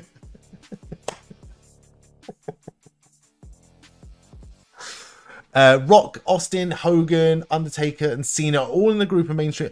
I'm not disputing that. I'm honestly not disputing that. I'm just saying that if you were going to rank those 5 names, I honestly would put Stone Cold Steve Austin number 5. Like, I think if you're going to go household mainstream names in 2026, Rock, Cena, Hogan, Taker, Austin. And even like of all time, the list wouldn't be all that different. Maybe you'd have Hogan and Cena floating around in the same spot. Potentially. Rock number 1, I think. I think everyone and their fucking dog has heard of The Rock. Although it is weird. It is weird seeing like just like the general. Oh, sorry. Speaking of fucking John Cena, bear with.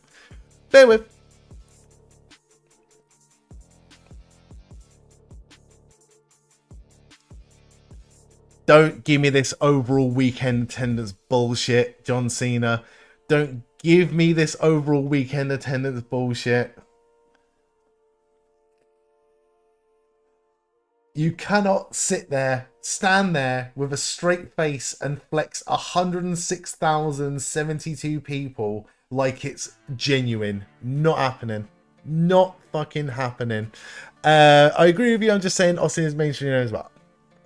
Hey, we're not arguing with friends. We fucking hugged, man. Okay, this is good because Joe is a non-wrestling fan. I thank you so much for being here as long as you've been here, Joe. You've listed it as Rock, Hogan. Oh my god, we're getting Danhausen.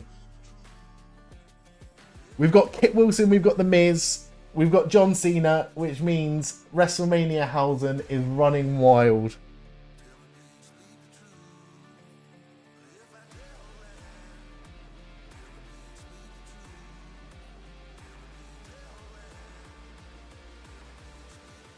I'm excited.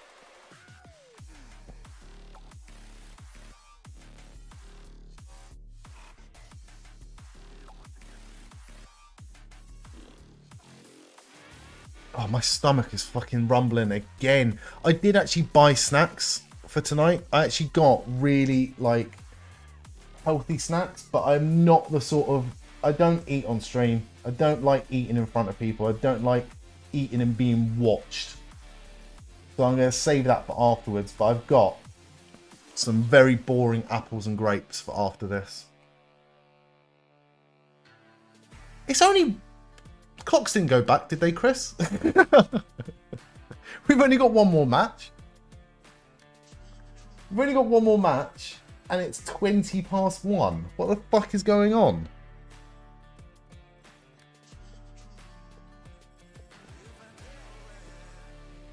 Alright, I don't think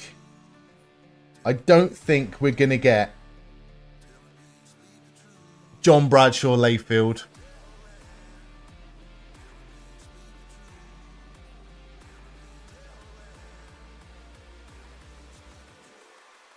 Okay.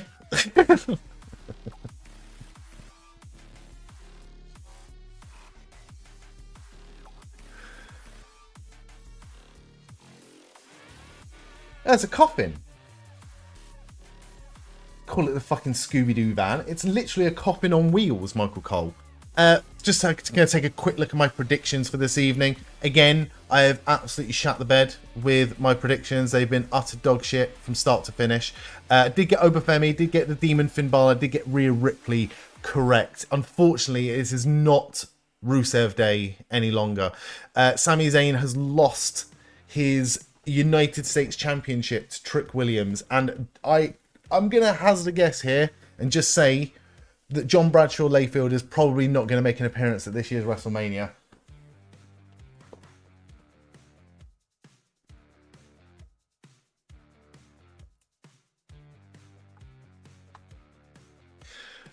And I would hazard a guess as well to say that if I was to be wanting to compete in the predictions competition for this year's WrestleMania, I would say...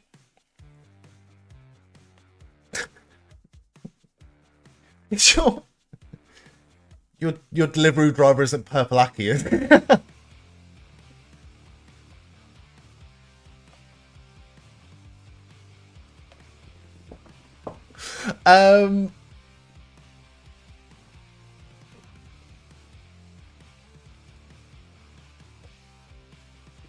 So we've got Danhausen with mini Danhausens.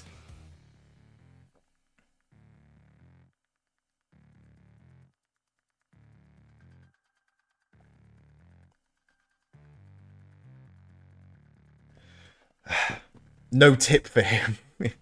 Here's a tip. Don't fucking touch me. What did you get in the end? What did you get in the end, Psycho Fox? I'm fucking hungry. Really hungry.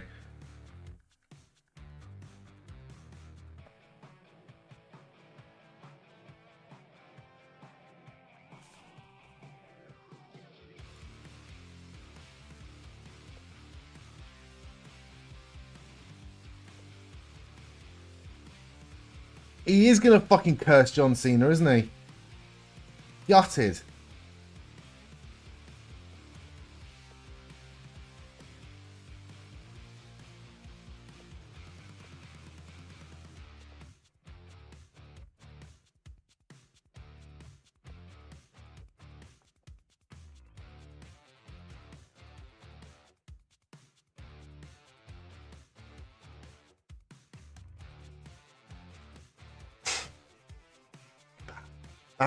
Bad. You're still here because you're drinking after the day you've had. And I think if anyone's fucking earned it, Joe, it's you. Oh! Kit Wilson just pie-faced someone in the ring.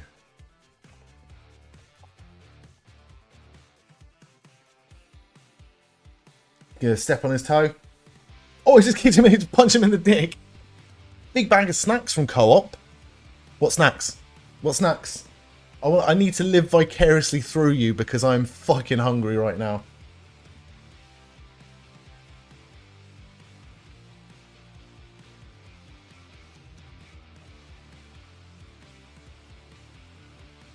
Oh!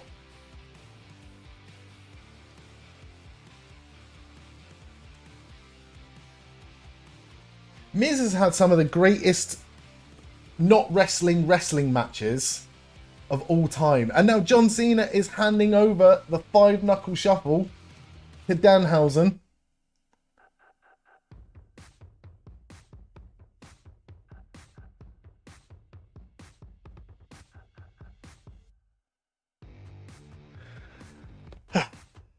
Sweet chili kettle chips. Fuck yes.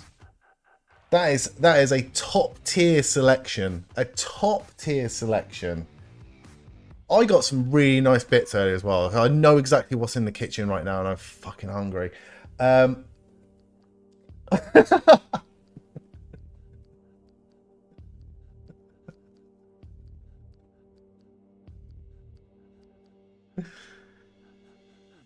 It's going under the ring. I got loads of like sandwich bits. So I got some nice like tiger bread. I got that chicken that's got stuffing in it.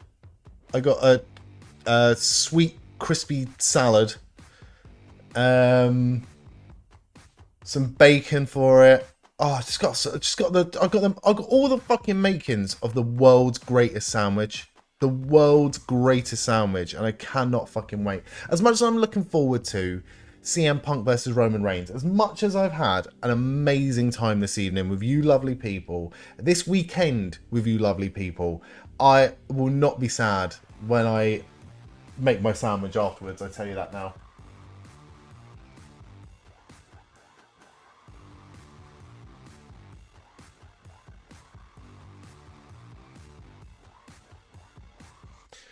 I did see something.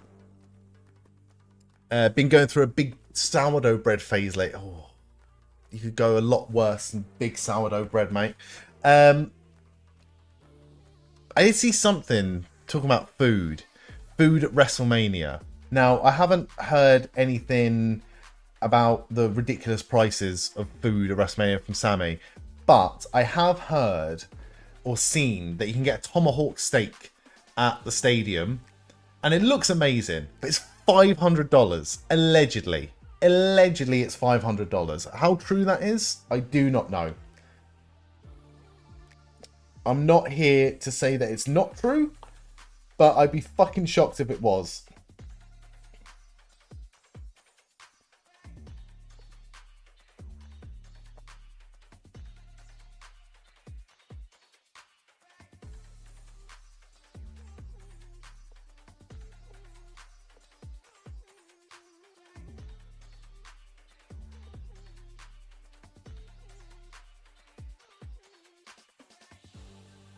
But I am looking forward to this one. I am looking forward to this one more than anything, I think. He had a hot dog today. Yeah, he told me. I think he might have sent me a picture, but I haven't seen it yet. I really want to see it. I was all in the first year. What was all in the first year, Chris? That was 2023. So I didn't eat all fucking day. He told you he sent it you first. He actually sent it to me yesterday. He's lying to you, Joe. Yeah,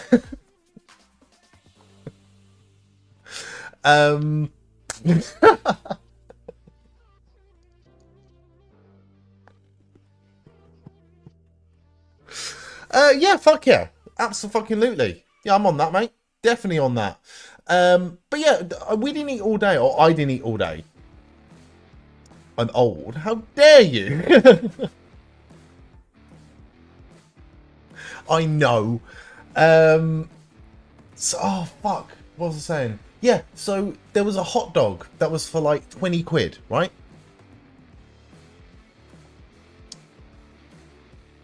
Oh, for the thing. My bad. I am old, though. I'm getting there. Yeah, there was a hot dog for like 20 quid, and I saw the price and I was like, I ain't fucking paying 20 quid for a hot dog. That's ridiculous. I'm not doing that. And then we got back to our seat, and then some cunt next to us had the hot dog. Bruv, it was like this big. it was like a proper sausage. It wasn't like your bullshit fucking hot dog. It was a fucking proper sausage with, it was loaded with like jalapenos and cheese and onion. It looked every bit 20 quid and some. And I was gutted I never tried it. And then the next year, all in 2024, I said I'm making a point of getting that fucking hot dog. Couldn't find it. Couldn't fucking find it. Had the tenders. I had the tenders the year after, and they were what they were. They were what they were. I had the chicken tenders at the O2 Arena, right? The only sauce that they gave, or they put the fucking sweet chili sauce all over the chips, and I was like, no, sweet chili sauce on the tenders. Go fucking crazy with it. Go mental with it. Do what you want with it.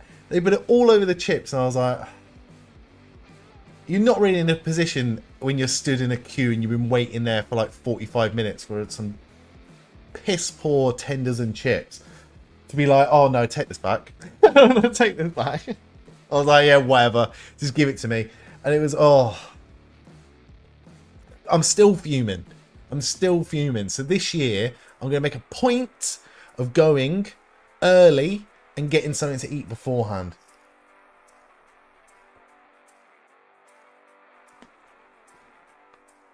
Go for a proper sit-down meal.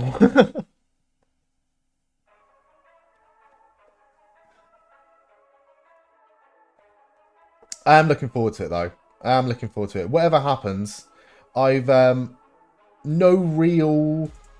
what do you call it? Like, no real predictions for what's going to happen, apart from I would be shocked if this wasn't the year that we saw Will Ospreay win the AEW World Championship. I'd be very, very shocked if this year wasn't the year.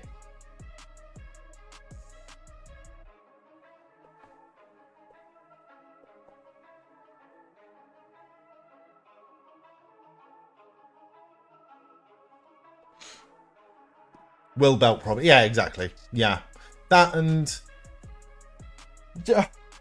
it seems to be a real thing with WWE and AEW. In fact, let's have a look, because I'm pretty sure similar sort of thing happened last year, all in Texas, where a lot of the big title changes are almost saved for that big show. And I wouldn't be surprised if we got Mercedes winning the belt at All In as well, which I'd love. I'd love to see Mercedes win the belt at All In, because I've felt like I've seen her complete full circle in AEW. She made her first appearance in AEW at All In 2023, which was interesting, very cool. Then she had a match with Britt Baker the year later, and it was like a mass exodus of people walked out to go for a piss, to go get a beer, to go get food or something. And then she had a match at All In Texas against Toni Storm, lost it for the AEW Women's Championship, one of the best fucking matches of the night, and she has gone from being that perceived piss break, popcorn break, beer break, drink break, whatever break match, to being an unmissable part of any fucking show that she is on. So I'd love to see her win it in 2026. Is she gonna win it in 2026? Probably not. Probably not. Now you're having a cookies and chocolate cornetto. I'm so jealous, but keep it coming, mate. Keep it coming. I could go and get... Oh, no. We've got...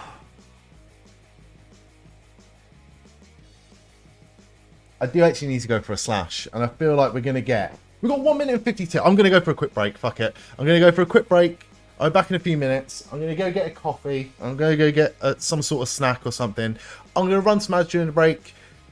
I'll be back, all right? Don't go anywhere. See you in a sec.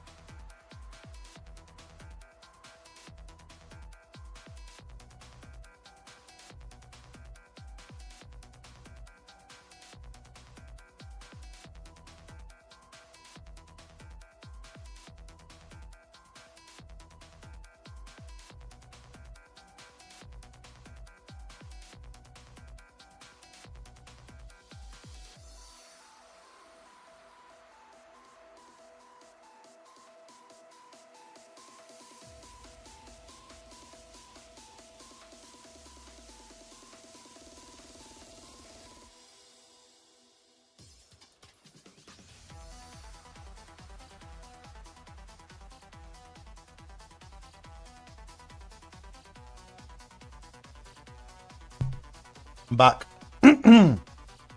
Fucking hell, that was almost bang on time. I thought we were actually getting AFI then. Turns out, this is Roman Reigns' awesome entrance. Bear with. I'm still here. Still here.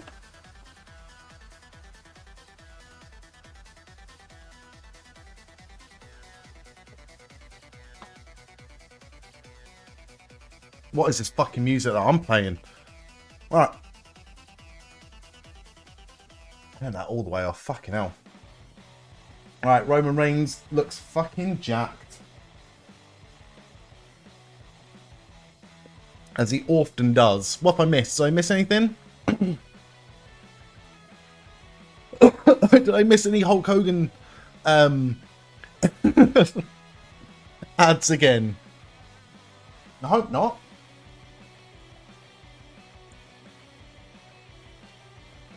I surely hope not.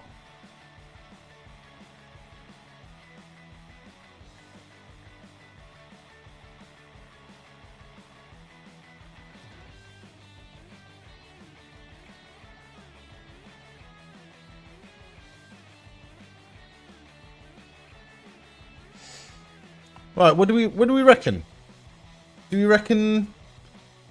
Don't joke, because they could genuinely stick a cheeky ad in after the entrances. That's not a fucking bad shout, brother.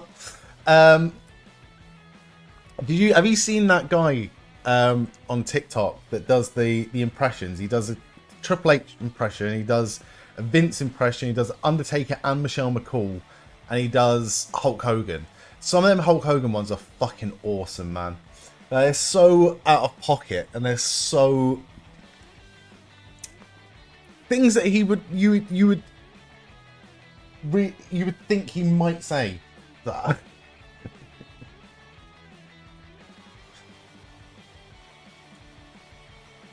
Do we get a special entrance for Punk? If so, what do we reckon the special entrance for Punk is going to be? Or do you reckon they just get Living Colour out again?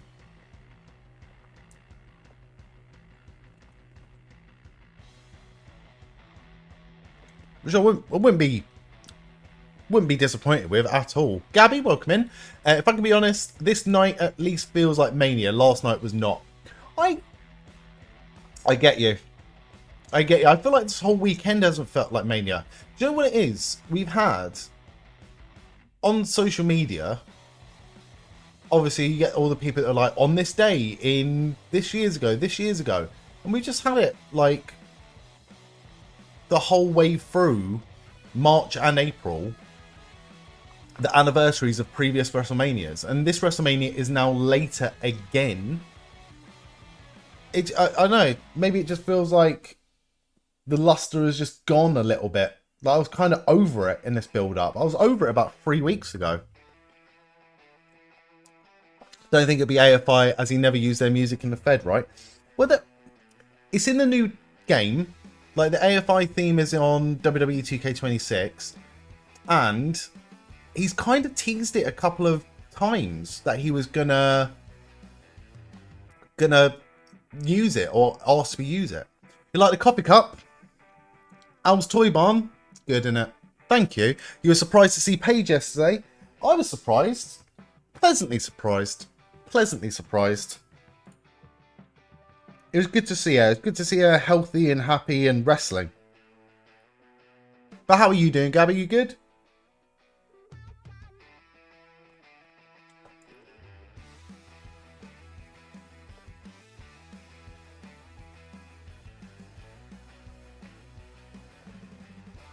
Get a cheeky Hulk Hogan ad in here. But I know what you mean, Jay. I know what you mean.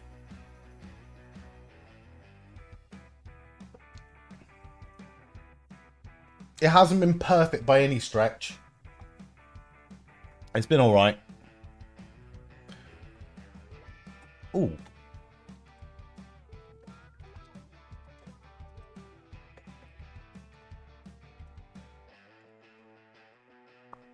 th main event. Oh my god. Rhea Ripley versus Jade Cargill was 10 minutes and 9 seconds. 10 minutes and 9 seconds. So that is gutting. That was pretty damn good for the over-under there. No points. Right, let's see. Let's see what sort of special entrance we get here. If we get a special entrance.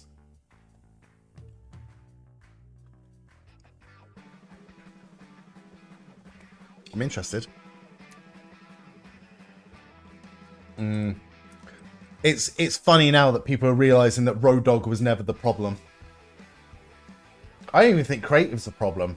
It's the higher ups, isn't it? It's the higher ups getting way too involved. AFI. Well, for a little bit anyway.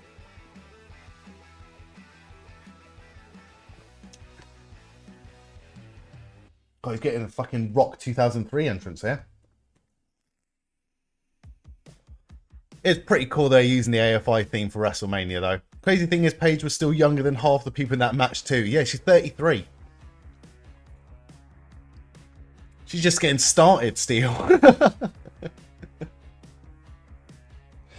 I want to see the theme being played in the stadium and not just on this fucking video package, to be honest with you.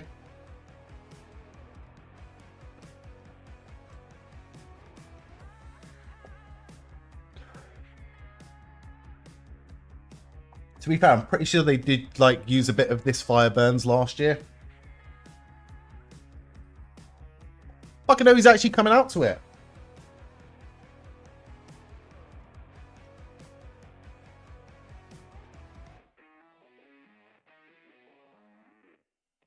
Well, he's getting up towards it. That's really long for this Mania. 10 minutes and 9 seconds. They got chewed out for those 9 seconds. Good to hear, Gabby.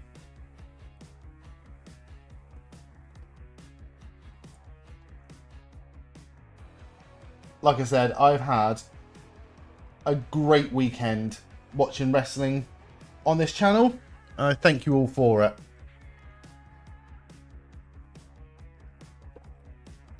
Guys, it's still fucking daylight.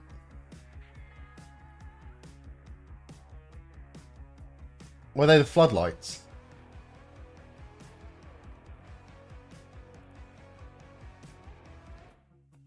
Yeah, thank you.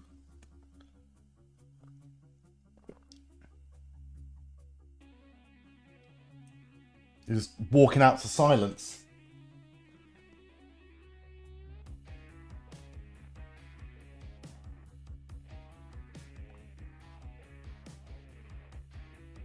I like it. I like the fact that he gets the main event night 2 of WrestleMania. Because even when he main evented night 1, people are like, it's not a real main event. It's not a real main event.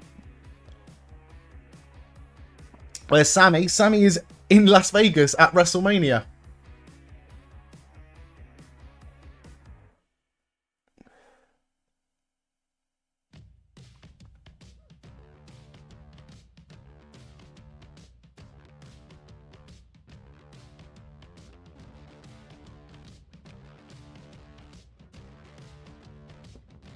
I wonder if they've licensed the music. I wonder if we get a CM Punk type WrestleMania 42 Persona card, or, you know, DLC for the people that foolishly shelled out all that fucking money. Got to grind for it though. It's Clob! You getting up for some sleep night? Gabby, have a lovely, lovely week ahead, and we'll see you real soon. Thank you for being here. It's only 5:48 now. I don't know, was it 8 hours behind us? So yeah.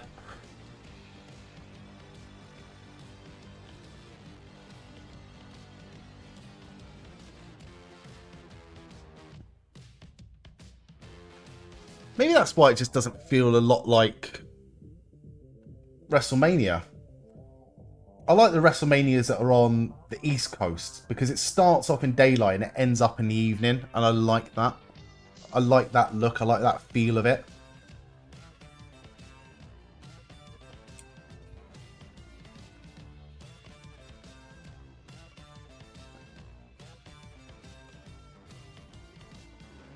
It's nice. Is it over? It's not over yet. It's barely even fucking started. Roman Reigns has made his entrance. CM Punk is making his entrance right now. His favourite gun is GoldenEye. When I first found out how much all the TK DLC cost, I actually cried laugh.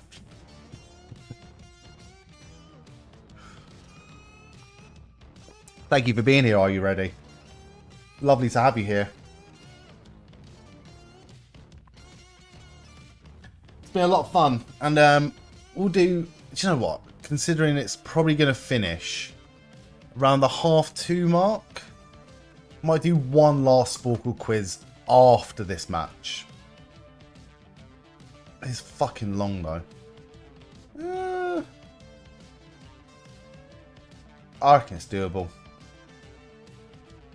I reckon it's doable. Yeah, fuck it.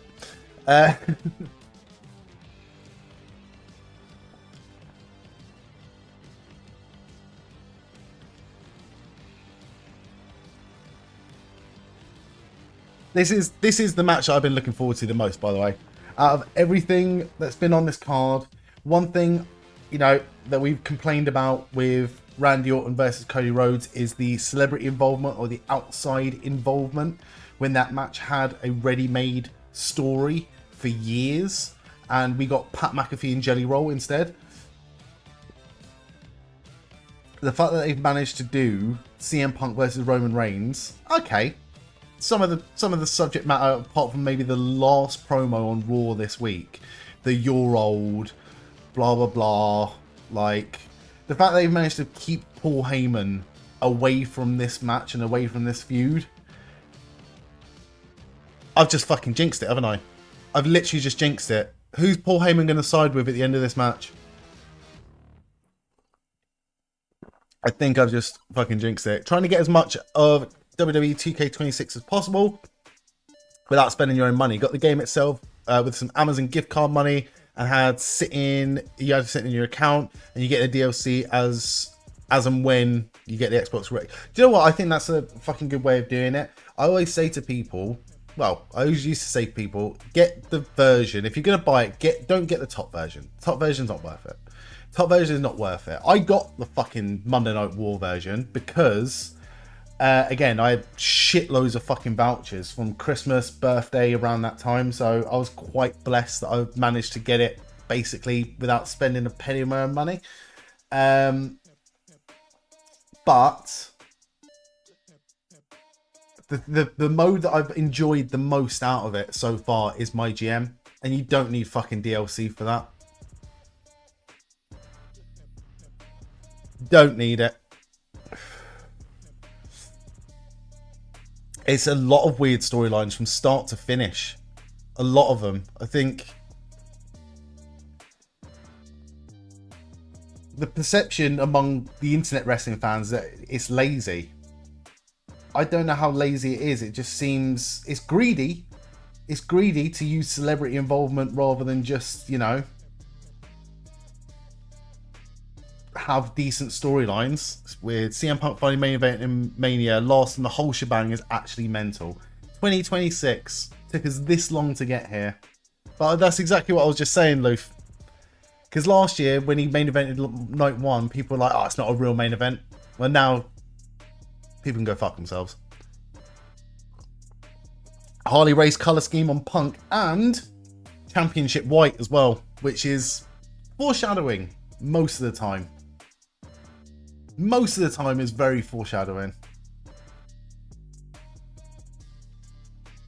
Genuinely, this is the match I've been looking forward to the most.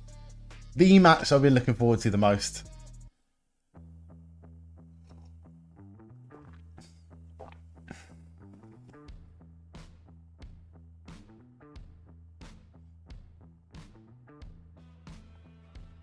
They are fucking trash talking each other in the middle of the ring right now. You enjoyed my GM a lot. Did you see the latest update? Added a setting where you could alter how much class matchups. Really? That's pretty cool addition if you want a little more freedom rather than just restricting yourself to hiring 2 opposing class. See, I like the opposing classes thing, but I do agree with you. Sometimes, like, if you have an injury or something, you're fucked with that. Unless you buy someone, then you've got to use, like, the fucking other points to get stuff. It can be a slog. It can be a slog. So I like that. I didn't see that, Steel. Thank you for letting me know. I've been really enjoying it. I've been doing it on stream. The VODs are available on YouTube. Been really, really, really enjoying it. But I also really enjoyed my Rise this year. But I only played it twice. You need to play it 4 times to get everything. Fuck that. Did it once with a male superstar, once with a women's superstar, I'm done. I'll go back and do the bullshit star reward so I can get the giant Jordan Grace and the suspect looking Bron Breaker. finger poke of doom coming. Don't will it into existence, Jay. Don't will it into existence, mate. Now they're proper getting each other's face.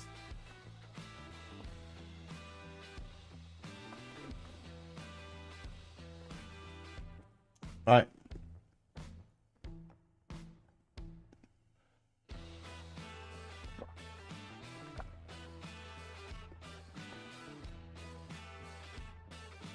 What are they chanting? Are they chanting more for Roman or Punk?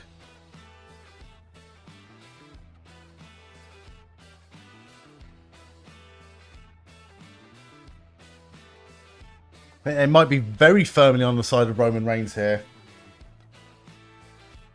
Oh, slap to the face. Punk's having fun. Punk, fuck Roman. Who wants a part-timer? To be fair, that's another thing I fucking love about CM Punk's return. Is that he got so much shit and there's so much, like, the discourse being, oh, he's fragile, he's injury prone, he's old, he's a part-timer. He's come back, he had one injury, come back from that injury. And he's been going fucking solidly for like 2 years.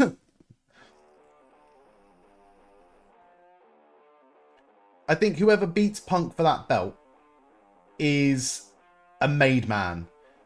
That's why I think it shouldn't be Roman Reigns. I think the person that should beat CM Punk for that belt should be Gunther.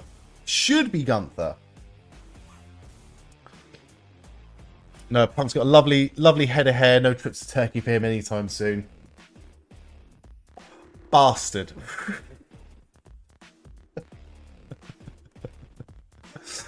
He already went. Really? He's always had prolific hair. And he's one of those people that one haircut can just take 10 years off his face.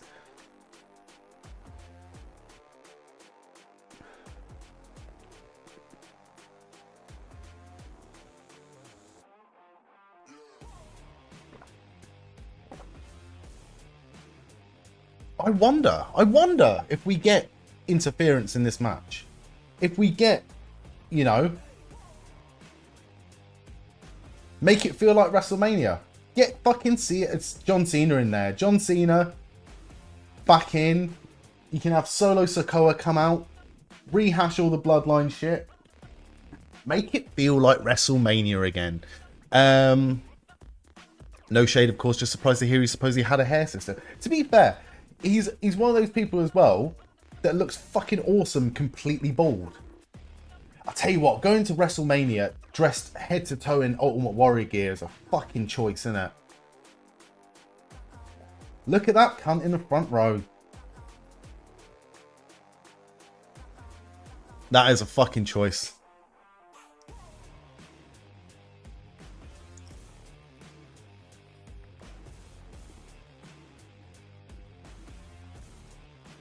Could never be me. I went to an 80s festival once. It was called Rewind Festival. Henley upon Thames. So, like, where's that? Near Reading? And it was great. It was really good. And there were people in fancy dress all over the place. There was one guy There were two guys, one dressed as Hulk Hogan, one dressed as Ultimate Warrior. It was pissing it down with rain, and they were all both in their fucking pants, grappling on the floor. Great fun. Where am I based again? I'm based... I'll text you. I'm north of London. North of London. Just north of London.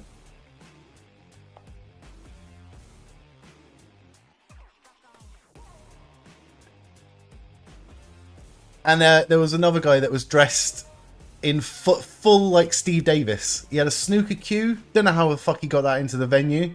He had the ginger wig on. He had the big like white shirt, bow tie, waistcoat. It was great. Fucking great. Oh, flare bump. Flare bump off the table. Oh.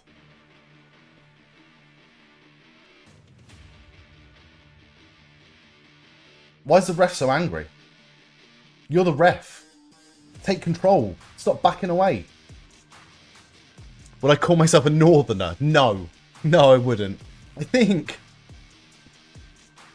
Oh, am I still within the M25? That's the rule, isn't it? Outside the M25, northerner. Even if you're south of the M25. Dorset, northerner. Bristol, northerner.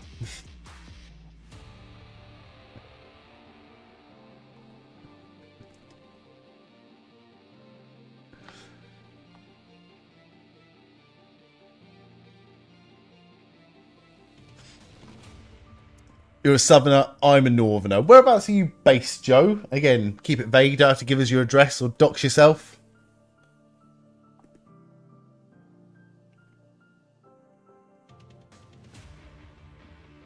You're a proper northerner.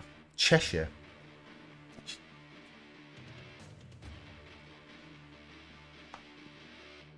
Oh, shouldn't be drinking coffee at 2 o'clock in the morning. USA, Florida. That is northern. That is pretty northern. compared to where I am. Yeah.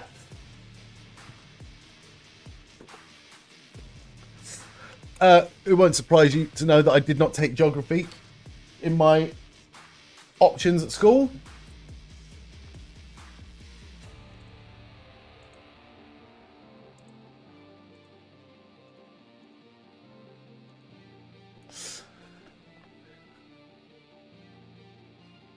Even more northerner than that, Cumbria.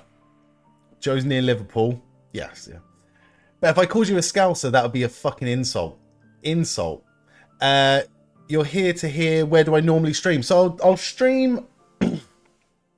I'll stream wrestling watch-alongs on both. I'll do that on YouTube and on Twitch. Gaming stuff will be done on Twitch. And any sort of gaming stuff that is passive. So if I just want to get through my rise on WWE 2K26, I'll have camera off, I'll have microphone off, and I'll do it on YouTube. But also on YouTube, I'll do indie game reviews as well. Shorts, long form indie game reviews. And soon, because the World Cup's coming up, I'm going to be bringing back an old series. Where I play some old football games. Because it's the World Cup, I am going to be playing FIFA World Cup 2006, 2010 and 2014. So what was that? That was Germany, South Africa, Brazil. And I've got them all on... I think I've got them all on the Xbox 360. But I'm going to be doing some long form plays of that. Like 2-3 videos each. But I'm really fucking... I'm enjoying that. Camera off, microphone off, trousers off. Getting off. No. Took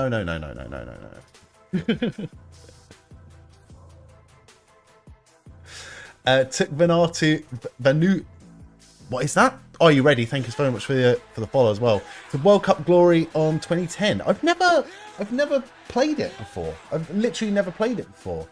But I think 2010 is the highest rating one on IGN. But not that you should listen to IGN reviews. One of the funniest things that's happened recently, I got accepted for a code for one of this year's most eagerly anticipated indie games and it's called Mouse PI for Hire. And because the Steamboat Willie like rubber hose animation style, which I believe was a intellectual property of Disney since the 30s, that IP run out a couple of years ago, I think.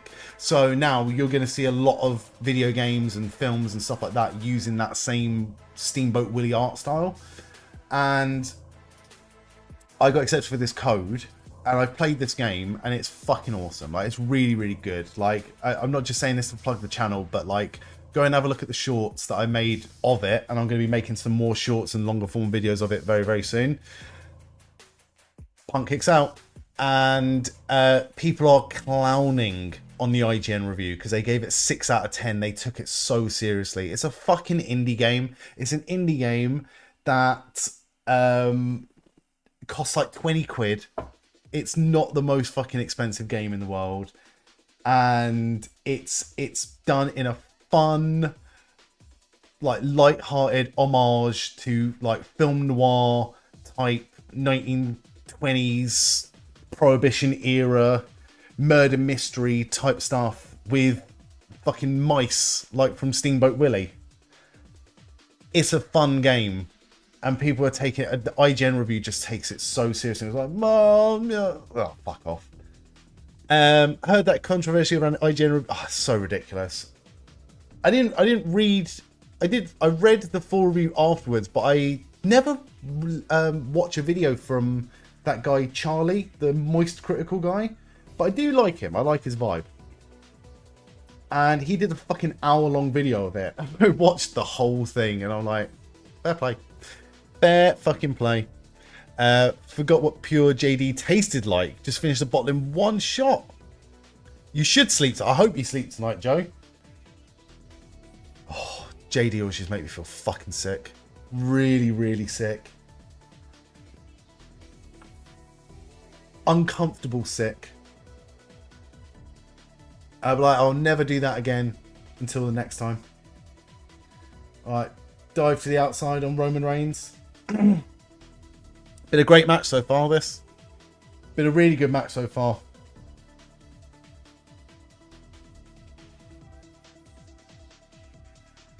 Is it going to have an ending as good as Rhea versus Jade? We shall see. We shall see. CM Punk is a troll.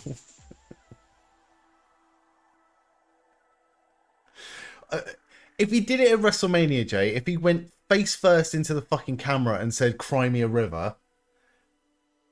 Main event of WrestleMania, cry me a river.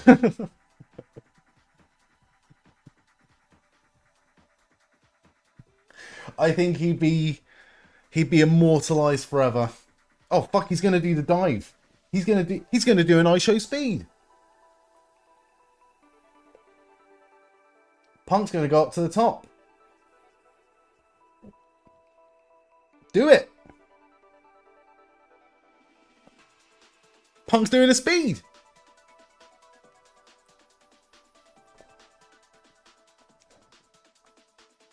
Oh, Roman moved.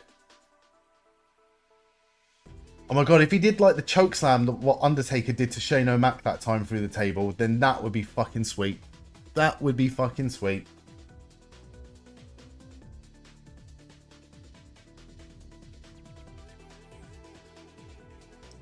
Boot to the face of Roman.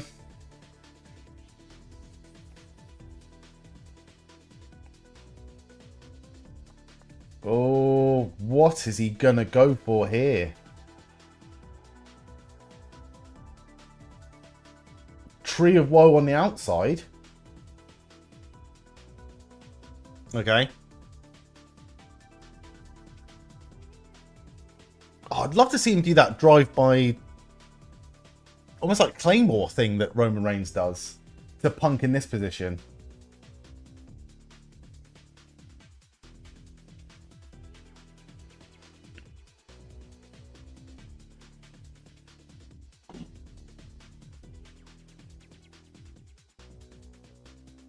Is he going to run all the way around? Oh, he's going to do a Superman punch in the Tree of Woe.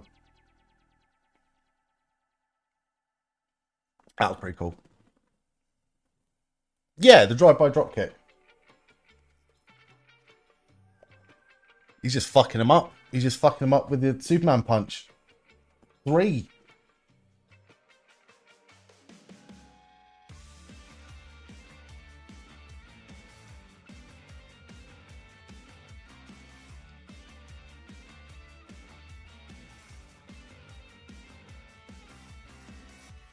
I think he is going to go for it. I think he is going to go for it still. Oh no. He's getting the steps out.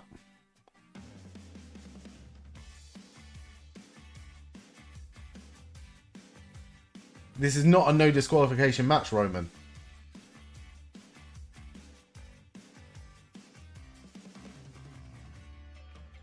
What? Disqualification? No? Are we not doing that now?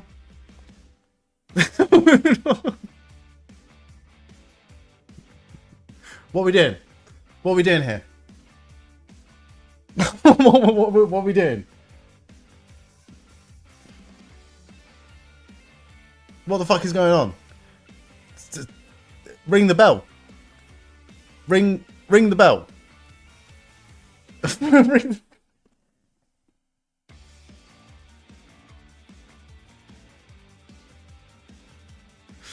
Yeah.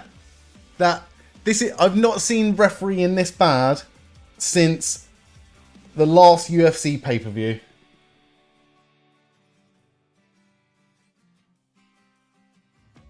Oh, we've had blood main event back to back.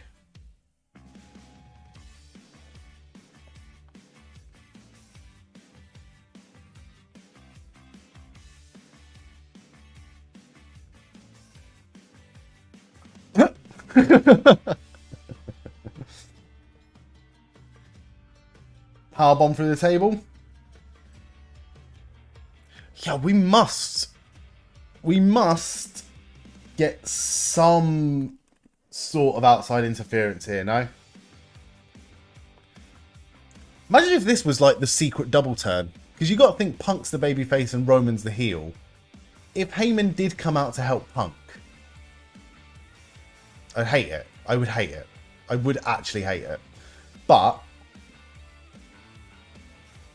that's the double turn that no one would have seen coming.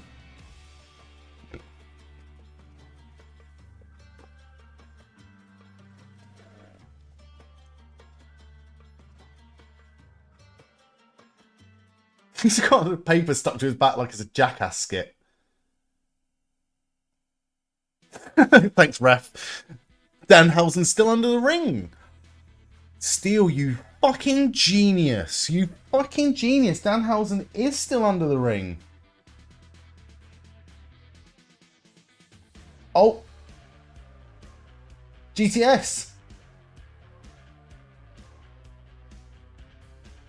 Roman's one of the best at kicking out at the last moment as well. That was so good. Why are there countouts and no DQ? Honestly, so confused.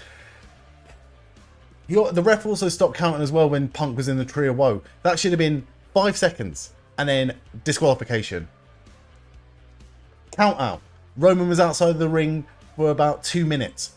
Disqualification. Steel steps to the face in front of the referee. Disqualification. Yeah, exactly. Tribal chief vibes. Exactly. Lest we forget who Roman Reigns' cousin is.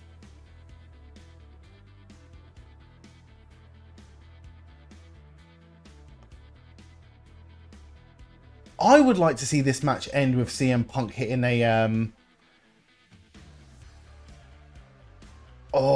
spear to Punk. Kicked out. The Pepsi plunge off the middle rope or the top rope or whatever. Because that's exactly how he beat Samoa Joe, the other Samoan Joe, at All In.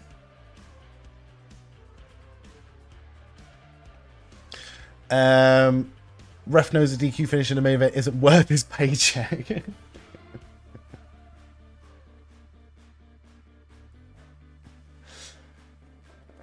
CM Punk never gives up.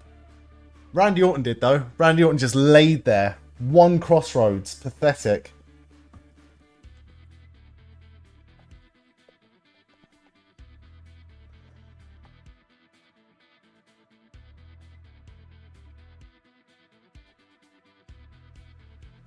Just smashing Punk's face into the canvas there.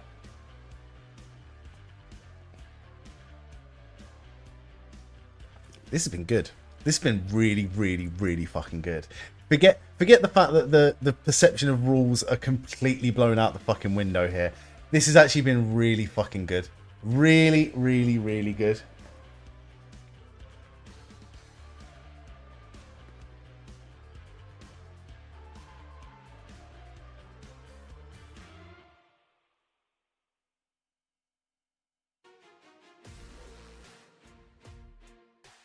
Oh, he just punched his tit.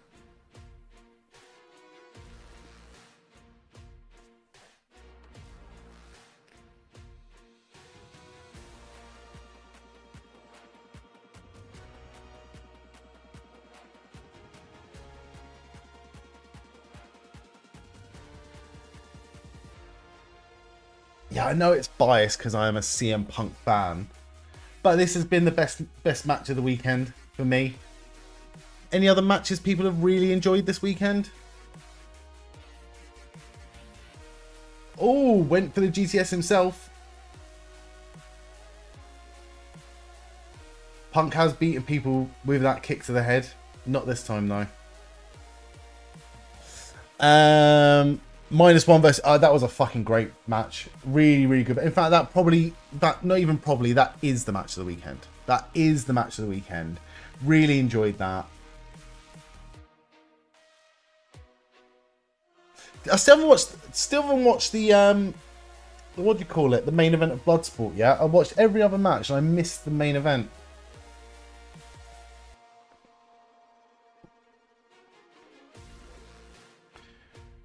Oh. Punk's gonna go for a Superman punch.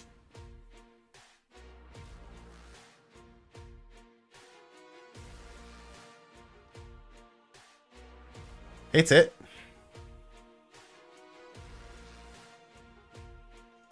Oh, go for the fucking spear, Punk.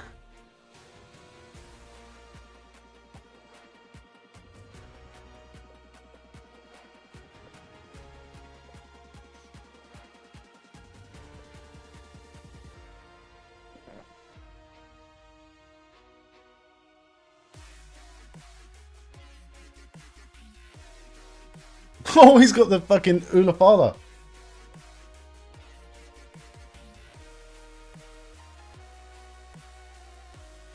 Are we going to get an angry Jimmy and Jay coming out for the disrespect?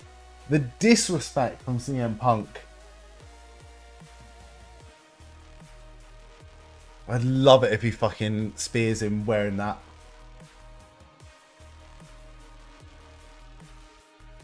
Oh no, caught him. Caught him. In a sleeper. Chief Mocker Punk. Oh, into the roll up. That was a 3. Got the vice locked in. That was a great spot. This match has been really good. Really, really, really good.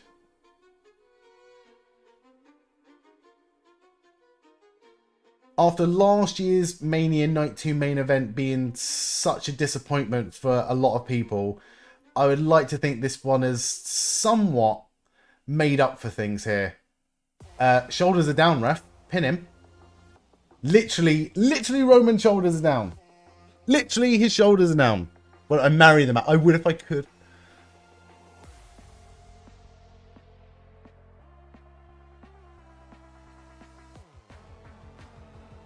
Oh, he's out.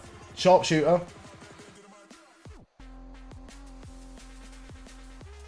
Not quite.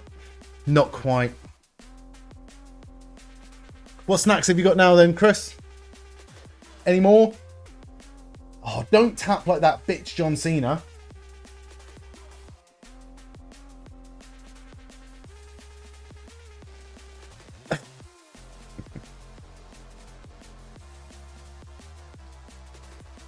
Oh, into the pin.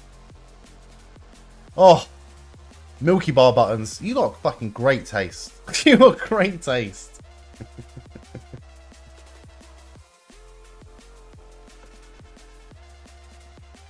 Crowd on their feet. They've been there for 2 days. 2 days. Sat through what a lot of people have said is the worst WrestleMania of all time. I disagree with that. WrestleMania 26 was shit. WrestleMania 4 exists. WrestleMania 5 exists. WrestleMania 26, 32 exist. This crowd have been pretty fucking hot for the whole weekend.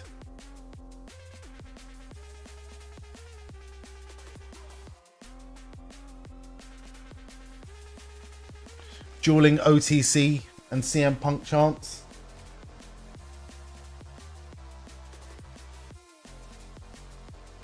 Well, we had Randy Orton attack attack Cody Rhodes after the match last night. I honestly wouldn't be surprised if we don't get interference, if we don't get a turn in this match, then I reckon we'll get some sort of a handshake or something after the match.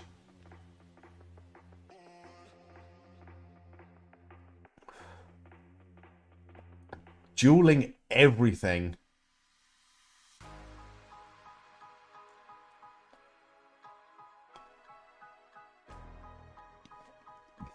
Oh, fuck me. Knee to the face. And again. Roman's underrated for his selling as well. Him being so wobbly. Seen the state of Cody's eye, by the way. A fucking mess. Yeah, it was a fucking mess. What do you reckon happened there? Because a lot of people are like, oh, he punted him for real. I don't think he punted him for real. It looked like he scratched him. It looked like his boot scratched him in the eye when he went for the punt. Either way, there's a lot of unhappy fans today who were paid their hard-earned money to go to a Cody Rhodes sign-in that he had to cancel. Wish him all the best, obviously, but if the ticket price or anything to go by, it wasn't fucking cheap. Oh, low blow! Go on! Go on, Punk! Oh! Oh! Oh!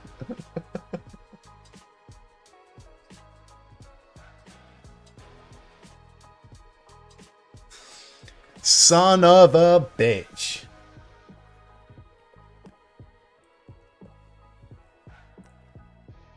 That was great. That was great.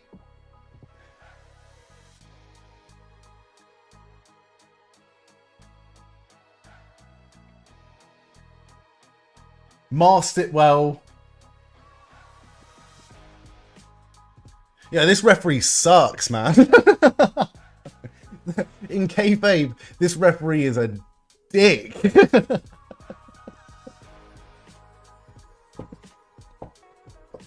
Does that count as heel if he's the one that got twatted by the stair? I don't think so. I don't think so. It got a huge pop. It got a huge pop from me. We still need to. But they teased that table bump earlier, and if I don't get a table bump, I'm going to be disappointed. I want a IShow speed level table bump right fucking now. Right fucking now. Why would he need to distract the ref? Yeah, what's the ref going to do? Oh yeah, you're disqualified, Punk. Bitch, I'm bleeding from the face because of a steel steps while I was in the ropes, you cunt.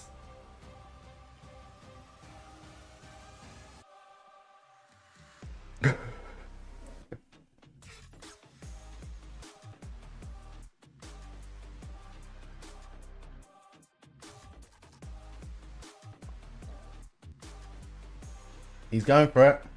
He's going for it. He's doing the speed.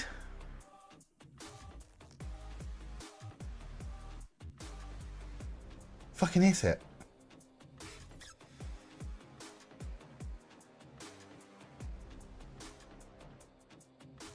and it connected as well.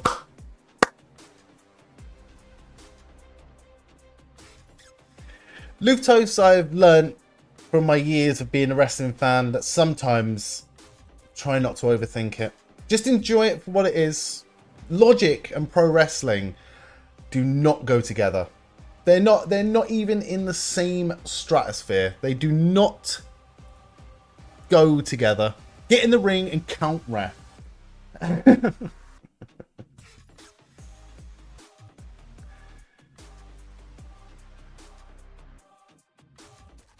That was cool. That was cool.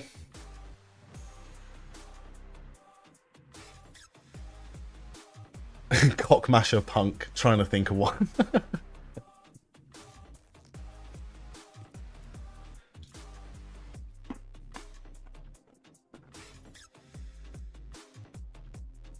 Get him in that ring.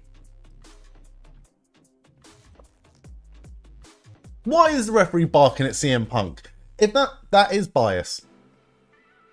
Like, do you not remember what happened to my face?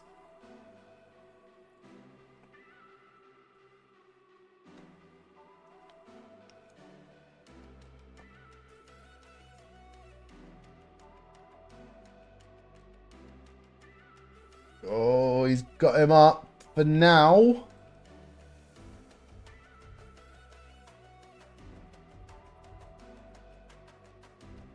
Oh, he hit him. Oh, no, not this. Don't do this. Well, he's done it to all three Shield members now, hasn't he? He did that to Ambrose, well, Moxley in AEW. Did it to Seth. And he's up. Oh, he's down. Fucking collapsed. He's doing a Shawn Michaels. Do you reckon the Street Fighter movie is going to be any good? No, but I think that's what's going to make it great. You know? I'll watch it. I'll watch it. Should have just fucking pinned him. Spear.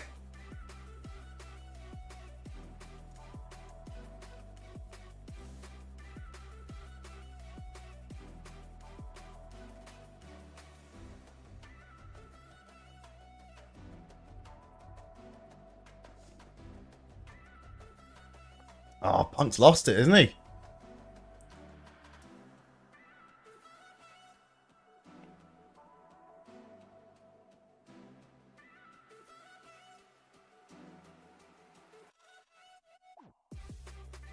Second spear.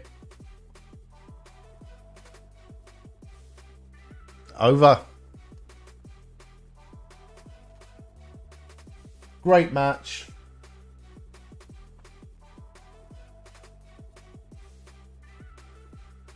I'm not sure about the execution of the story at the end. It being he'd done everything he could. And he had just run out of steam at the end there. It was a nice idea. It was a very good match. Really good match. Definitely, for me, best match of the weekend, I think. Because it got time. Not a slight on the other wrestlers at all this WrestleMania weekend, but you can tell that this match wasn't fucking rushed.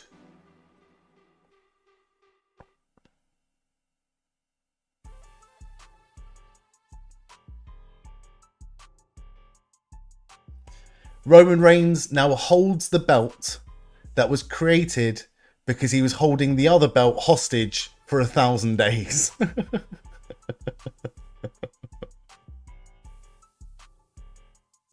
That ref did fuck on Cody.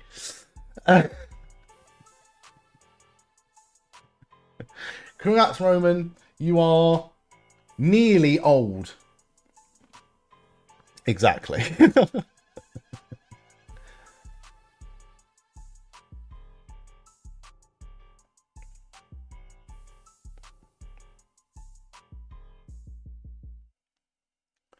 Right, and that's the last you'll see of that belt for until SummerSlam.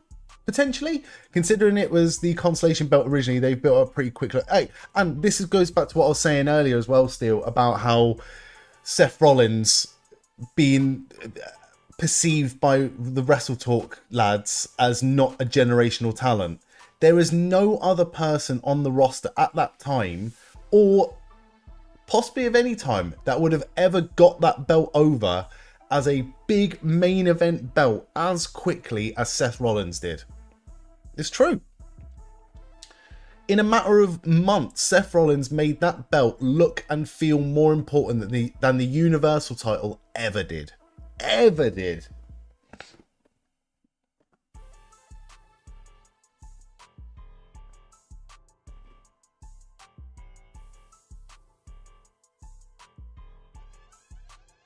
Well, this leaves the door open now, right? This leaves the door open now to some very interesting matches involving Roman Reigns. I would like to see a Roman Reigns versus Gunther match.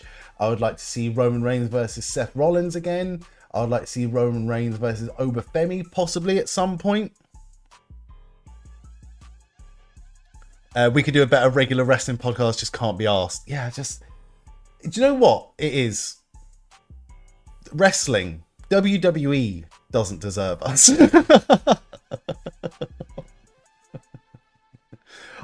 Honestly, after the amount of fucking retirements we've had lately, Luftos, I wouldn't be shocked if we get CM Punk hanging it up right now. I wouldn't be surprised if CM Punk takes off his little shorts, takes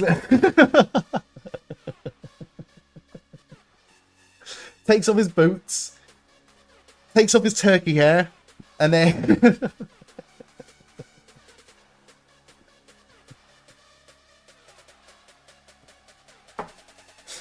Oh, God.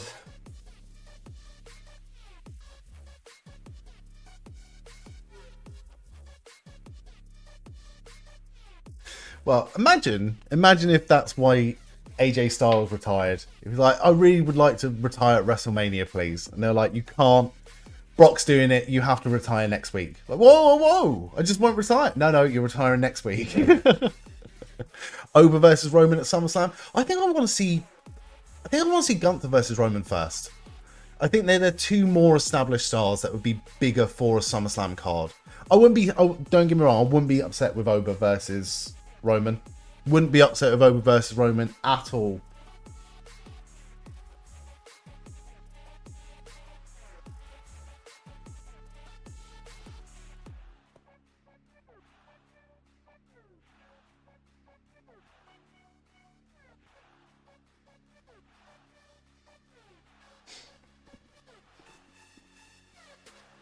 Punk's still collapsing at ringside. Little shorts like he's doing PE. Little shorts like he's forgotten his PE kit and he's had to go to the Lost and Found to get some little shorts.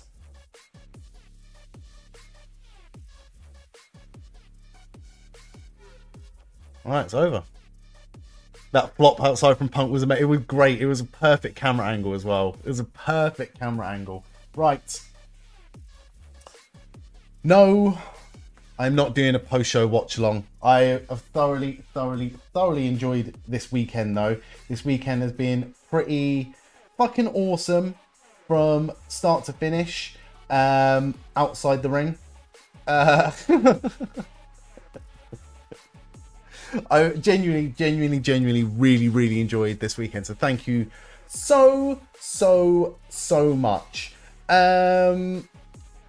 Where you can find me next weekend is I don't really know. I might even have the weekend off because I've got some things to do. I've got some family to see. I've got some business to take care of next weekend. So the likelihood of you seeing me next weekend is slim to none at this point.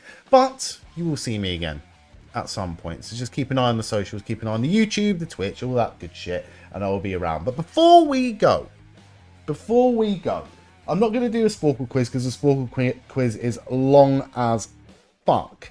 What I am going to do, though, is one last WrestlePlay quiz. And it's the easy one. It's a grid. It's on easy mode. and we can smash through this. We can smash through this on a fucking dub before this weekend. We can tie a bow on this weekend. I'm surprised you've lasted this long, Joe, and I appreciate you. Okay. Sounds like you're doing a moida. I might be. I'll be playing some Mouse PI for hire, that's for damn sure. And there's a moida in that game that I need to solve the mystery of. Right, WWE Tag Team Champion from 2024 onwards and Elimination Chamber winner.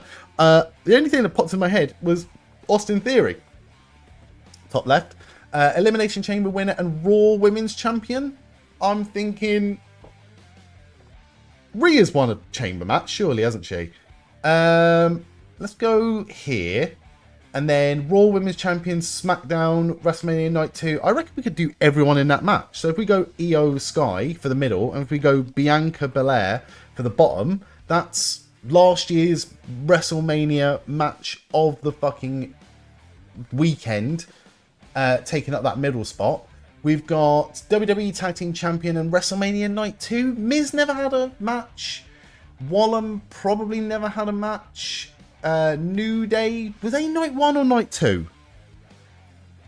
They were not either. Let's go Kingston. There's no place for Kingston. Who else has won that fucking belt? Solo Sikoa? No, he's SmackDown. Wasn't on WrestleMania Night 2. Jacob Fatu? Was he Night 1 or Night 2? Never fucking remember. I can never fucking remember. No place for Jacob Fatu. Street Profits. Let's go Montez Ford. No place for Montez Ford. Motor City Machine Guns. No place for Bo Dallas. Miz. R-Truth. Oh. Damian Priest, maybe? Damian Priest is there. Current. And was he tag team champion with that belt before? I'm not sure. Right, this one's a difficult one. Elimination Chamber winner in NXT in 2014. I'm going to guess and say Seth Rollins was around that time. He was not. Who the fuck has won Elimination Chamber? Joe. Joe? Not Joe. Not Chelsea Green. NXT 2014. SmackDown. Owens. Let's go Zayn. There's no place for Zayn. Nakamura. I don't think he's ever won a Elimination Chamber. Bobby Roode was afterwards. McIntyre was afterwards. Andrade was afterwards. It was worth a shot. It was worth a shot. KO for SmackDown. You've got Steel. Well done. Fucking hell. It's hard. Elimination Chamber. Oh, hang on. 2014. Can we go Becky Lynch, maybe? Becky Lynch fits in both. Let's go for Bayley. And then let's go for Becky Lynch. Sweet. Unlike... Asuka's a really good one as well. Unlike WrestleMania this year, this grid had more women than men. We're doing it right. We're doing it right. Right. Thank you so much, everyone. I've had a lovely weekend. I hope you all have an amazing week ahead, and I shall see you all very, very, very soon. Now, is there anyone that we can raid right now? Is there anyone on that we can raid? I like raiding randoms that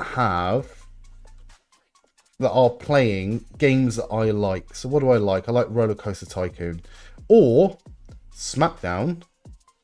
Here Comes the Pain. No one playing No Mercy 64? Categories. 6 viewers? Ooh. No. I haven't got a camera on. Right, let's find just someone. Find someone. Following. That's who we did last night. Let's go and raid. Any ideas? No Mercy about to get a hell of a cell modded in. Really? Interesting. I saw there's a new update for SmackDown 2 as well. So I'm definitely going to be on that. Right, let's find... We're going to raid... Oh, all right. Raid...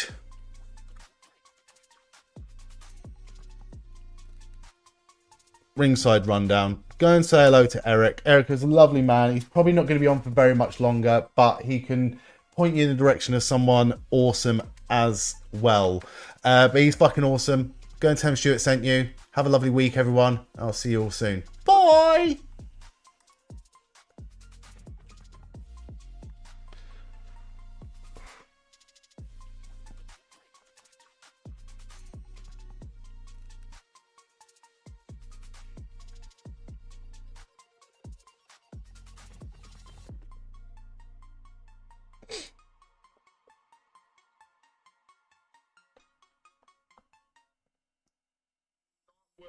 We thought tonight was better than last night. I enjoyed last night myself, but tonight was definitely a lot better. Stuart, once again, thank you for sharing your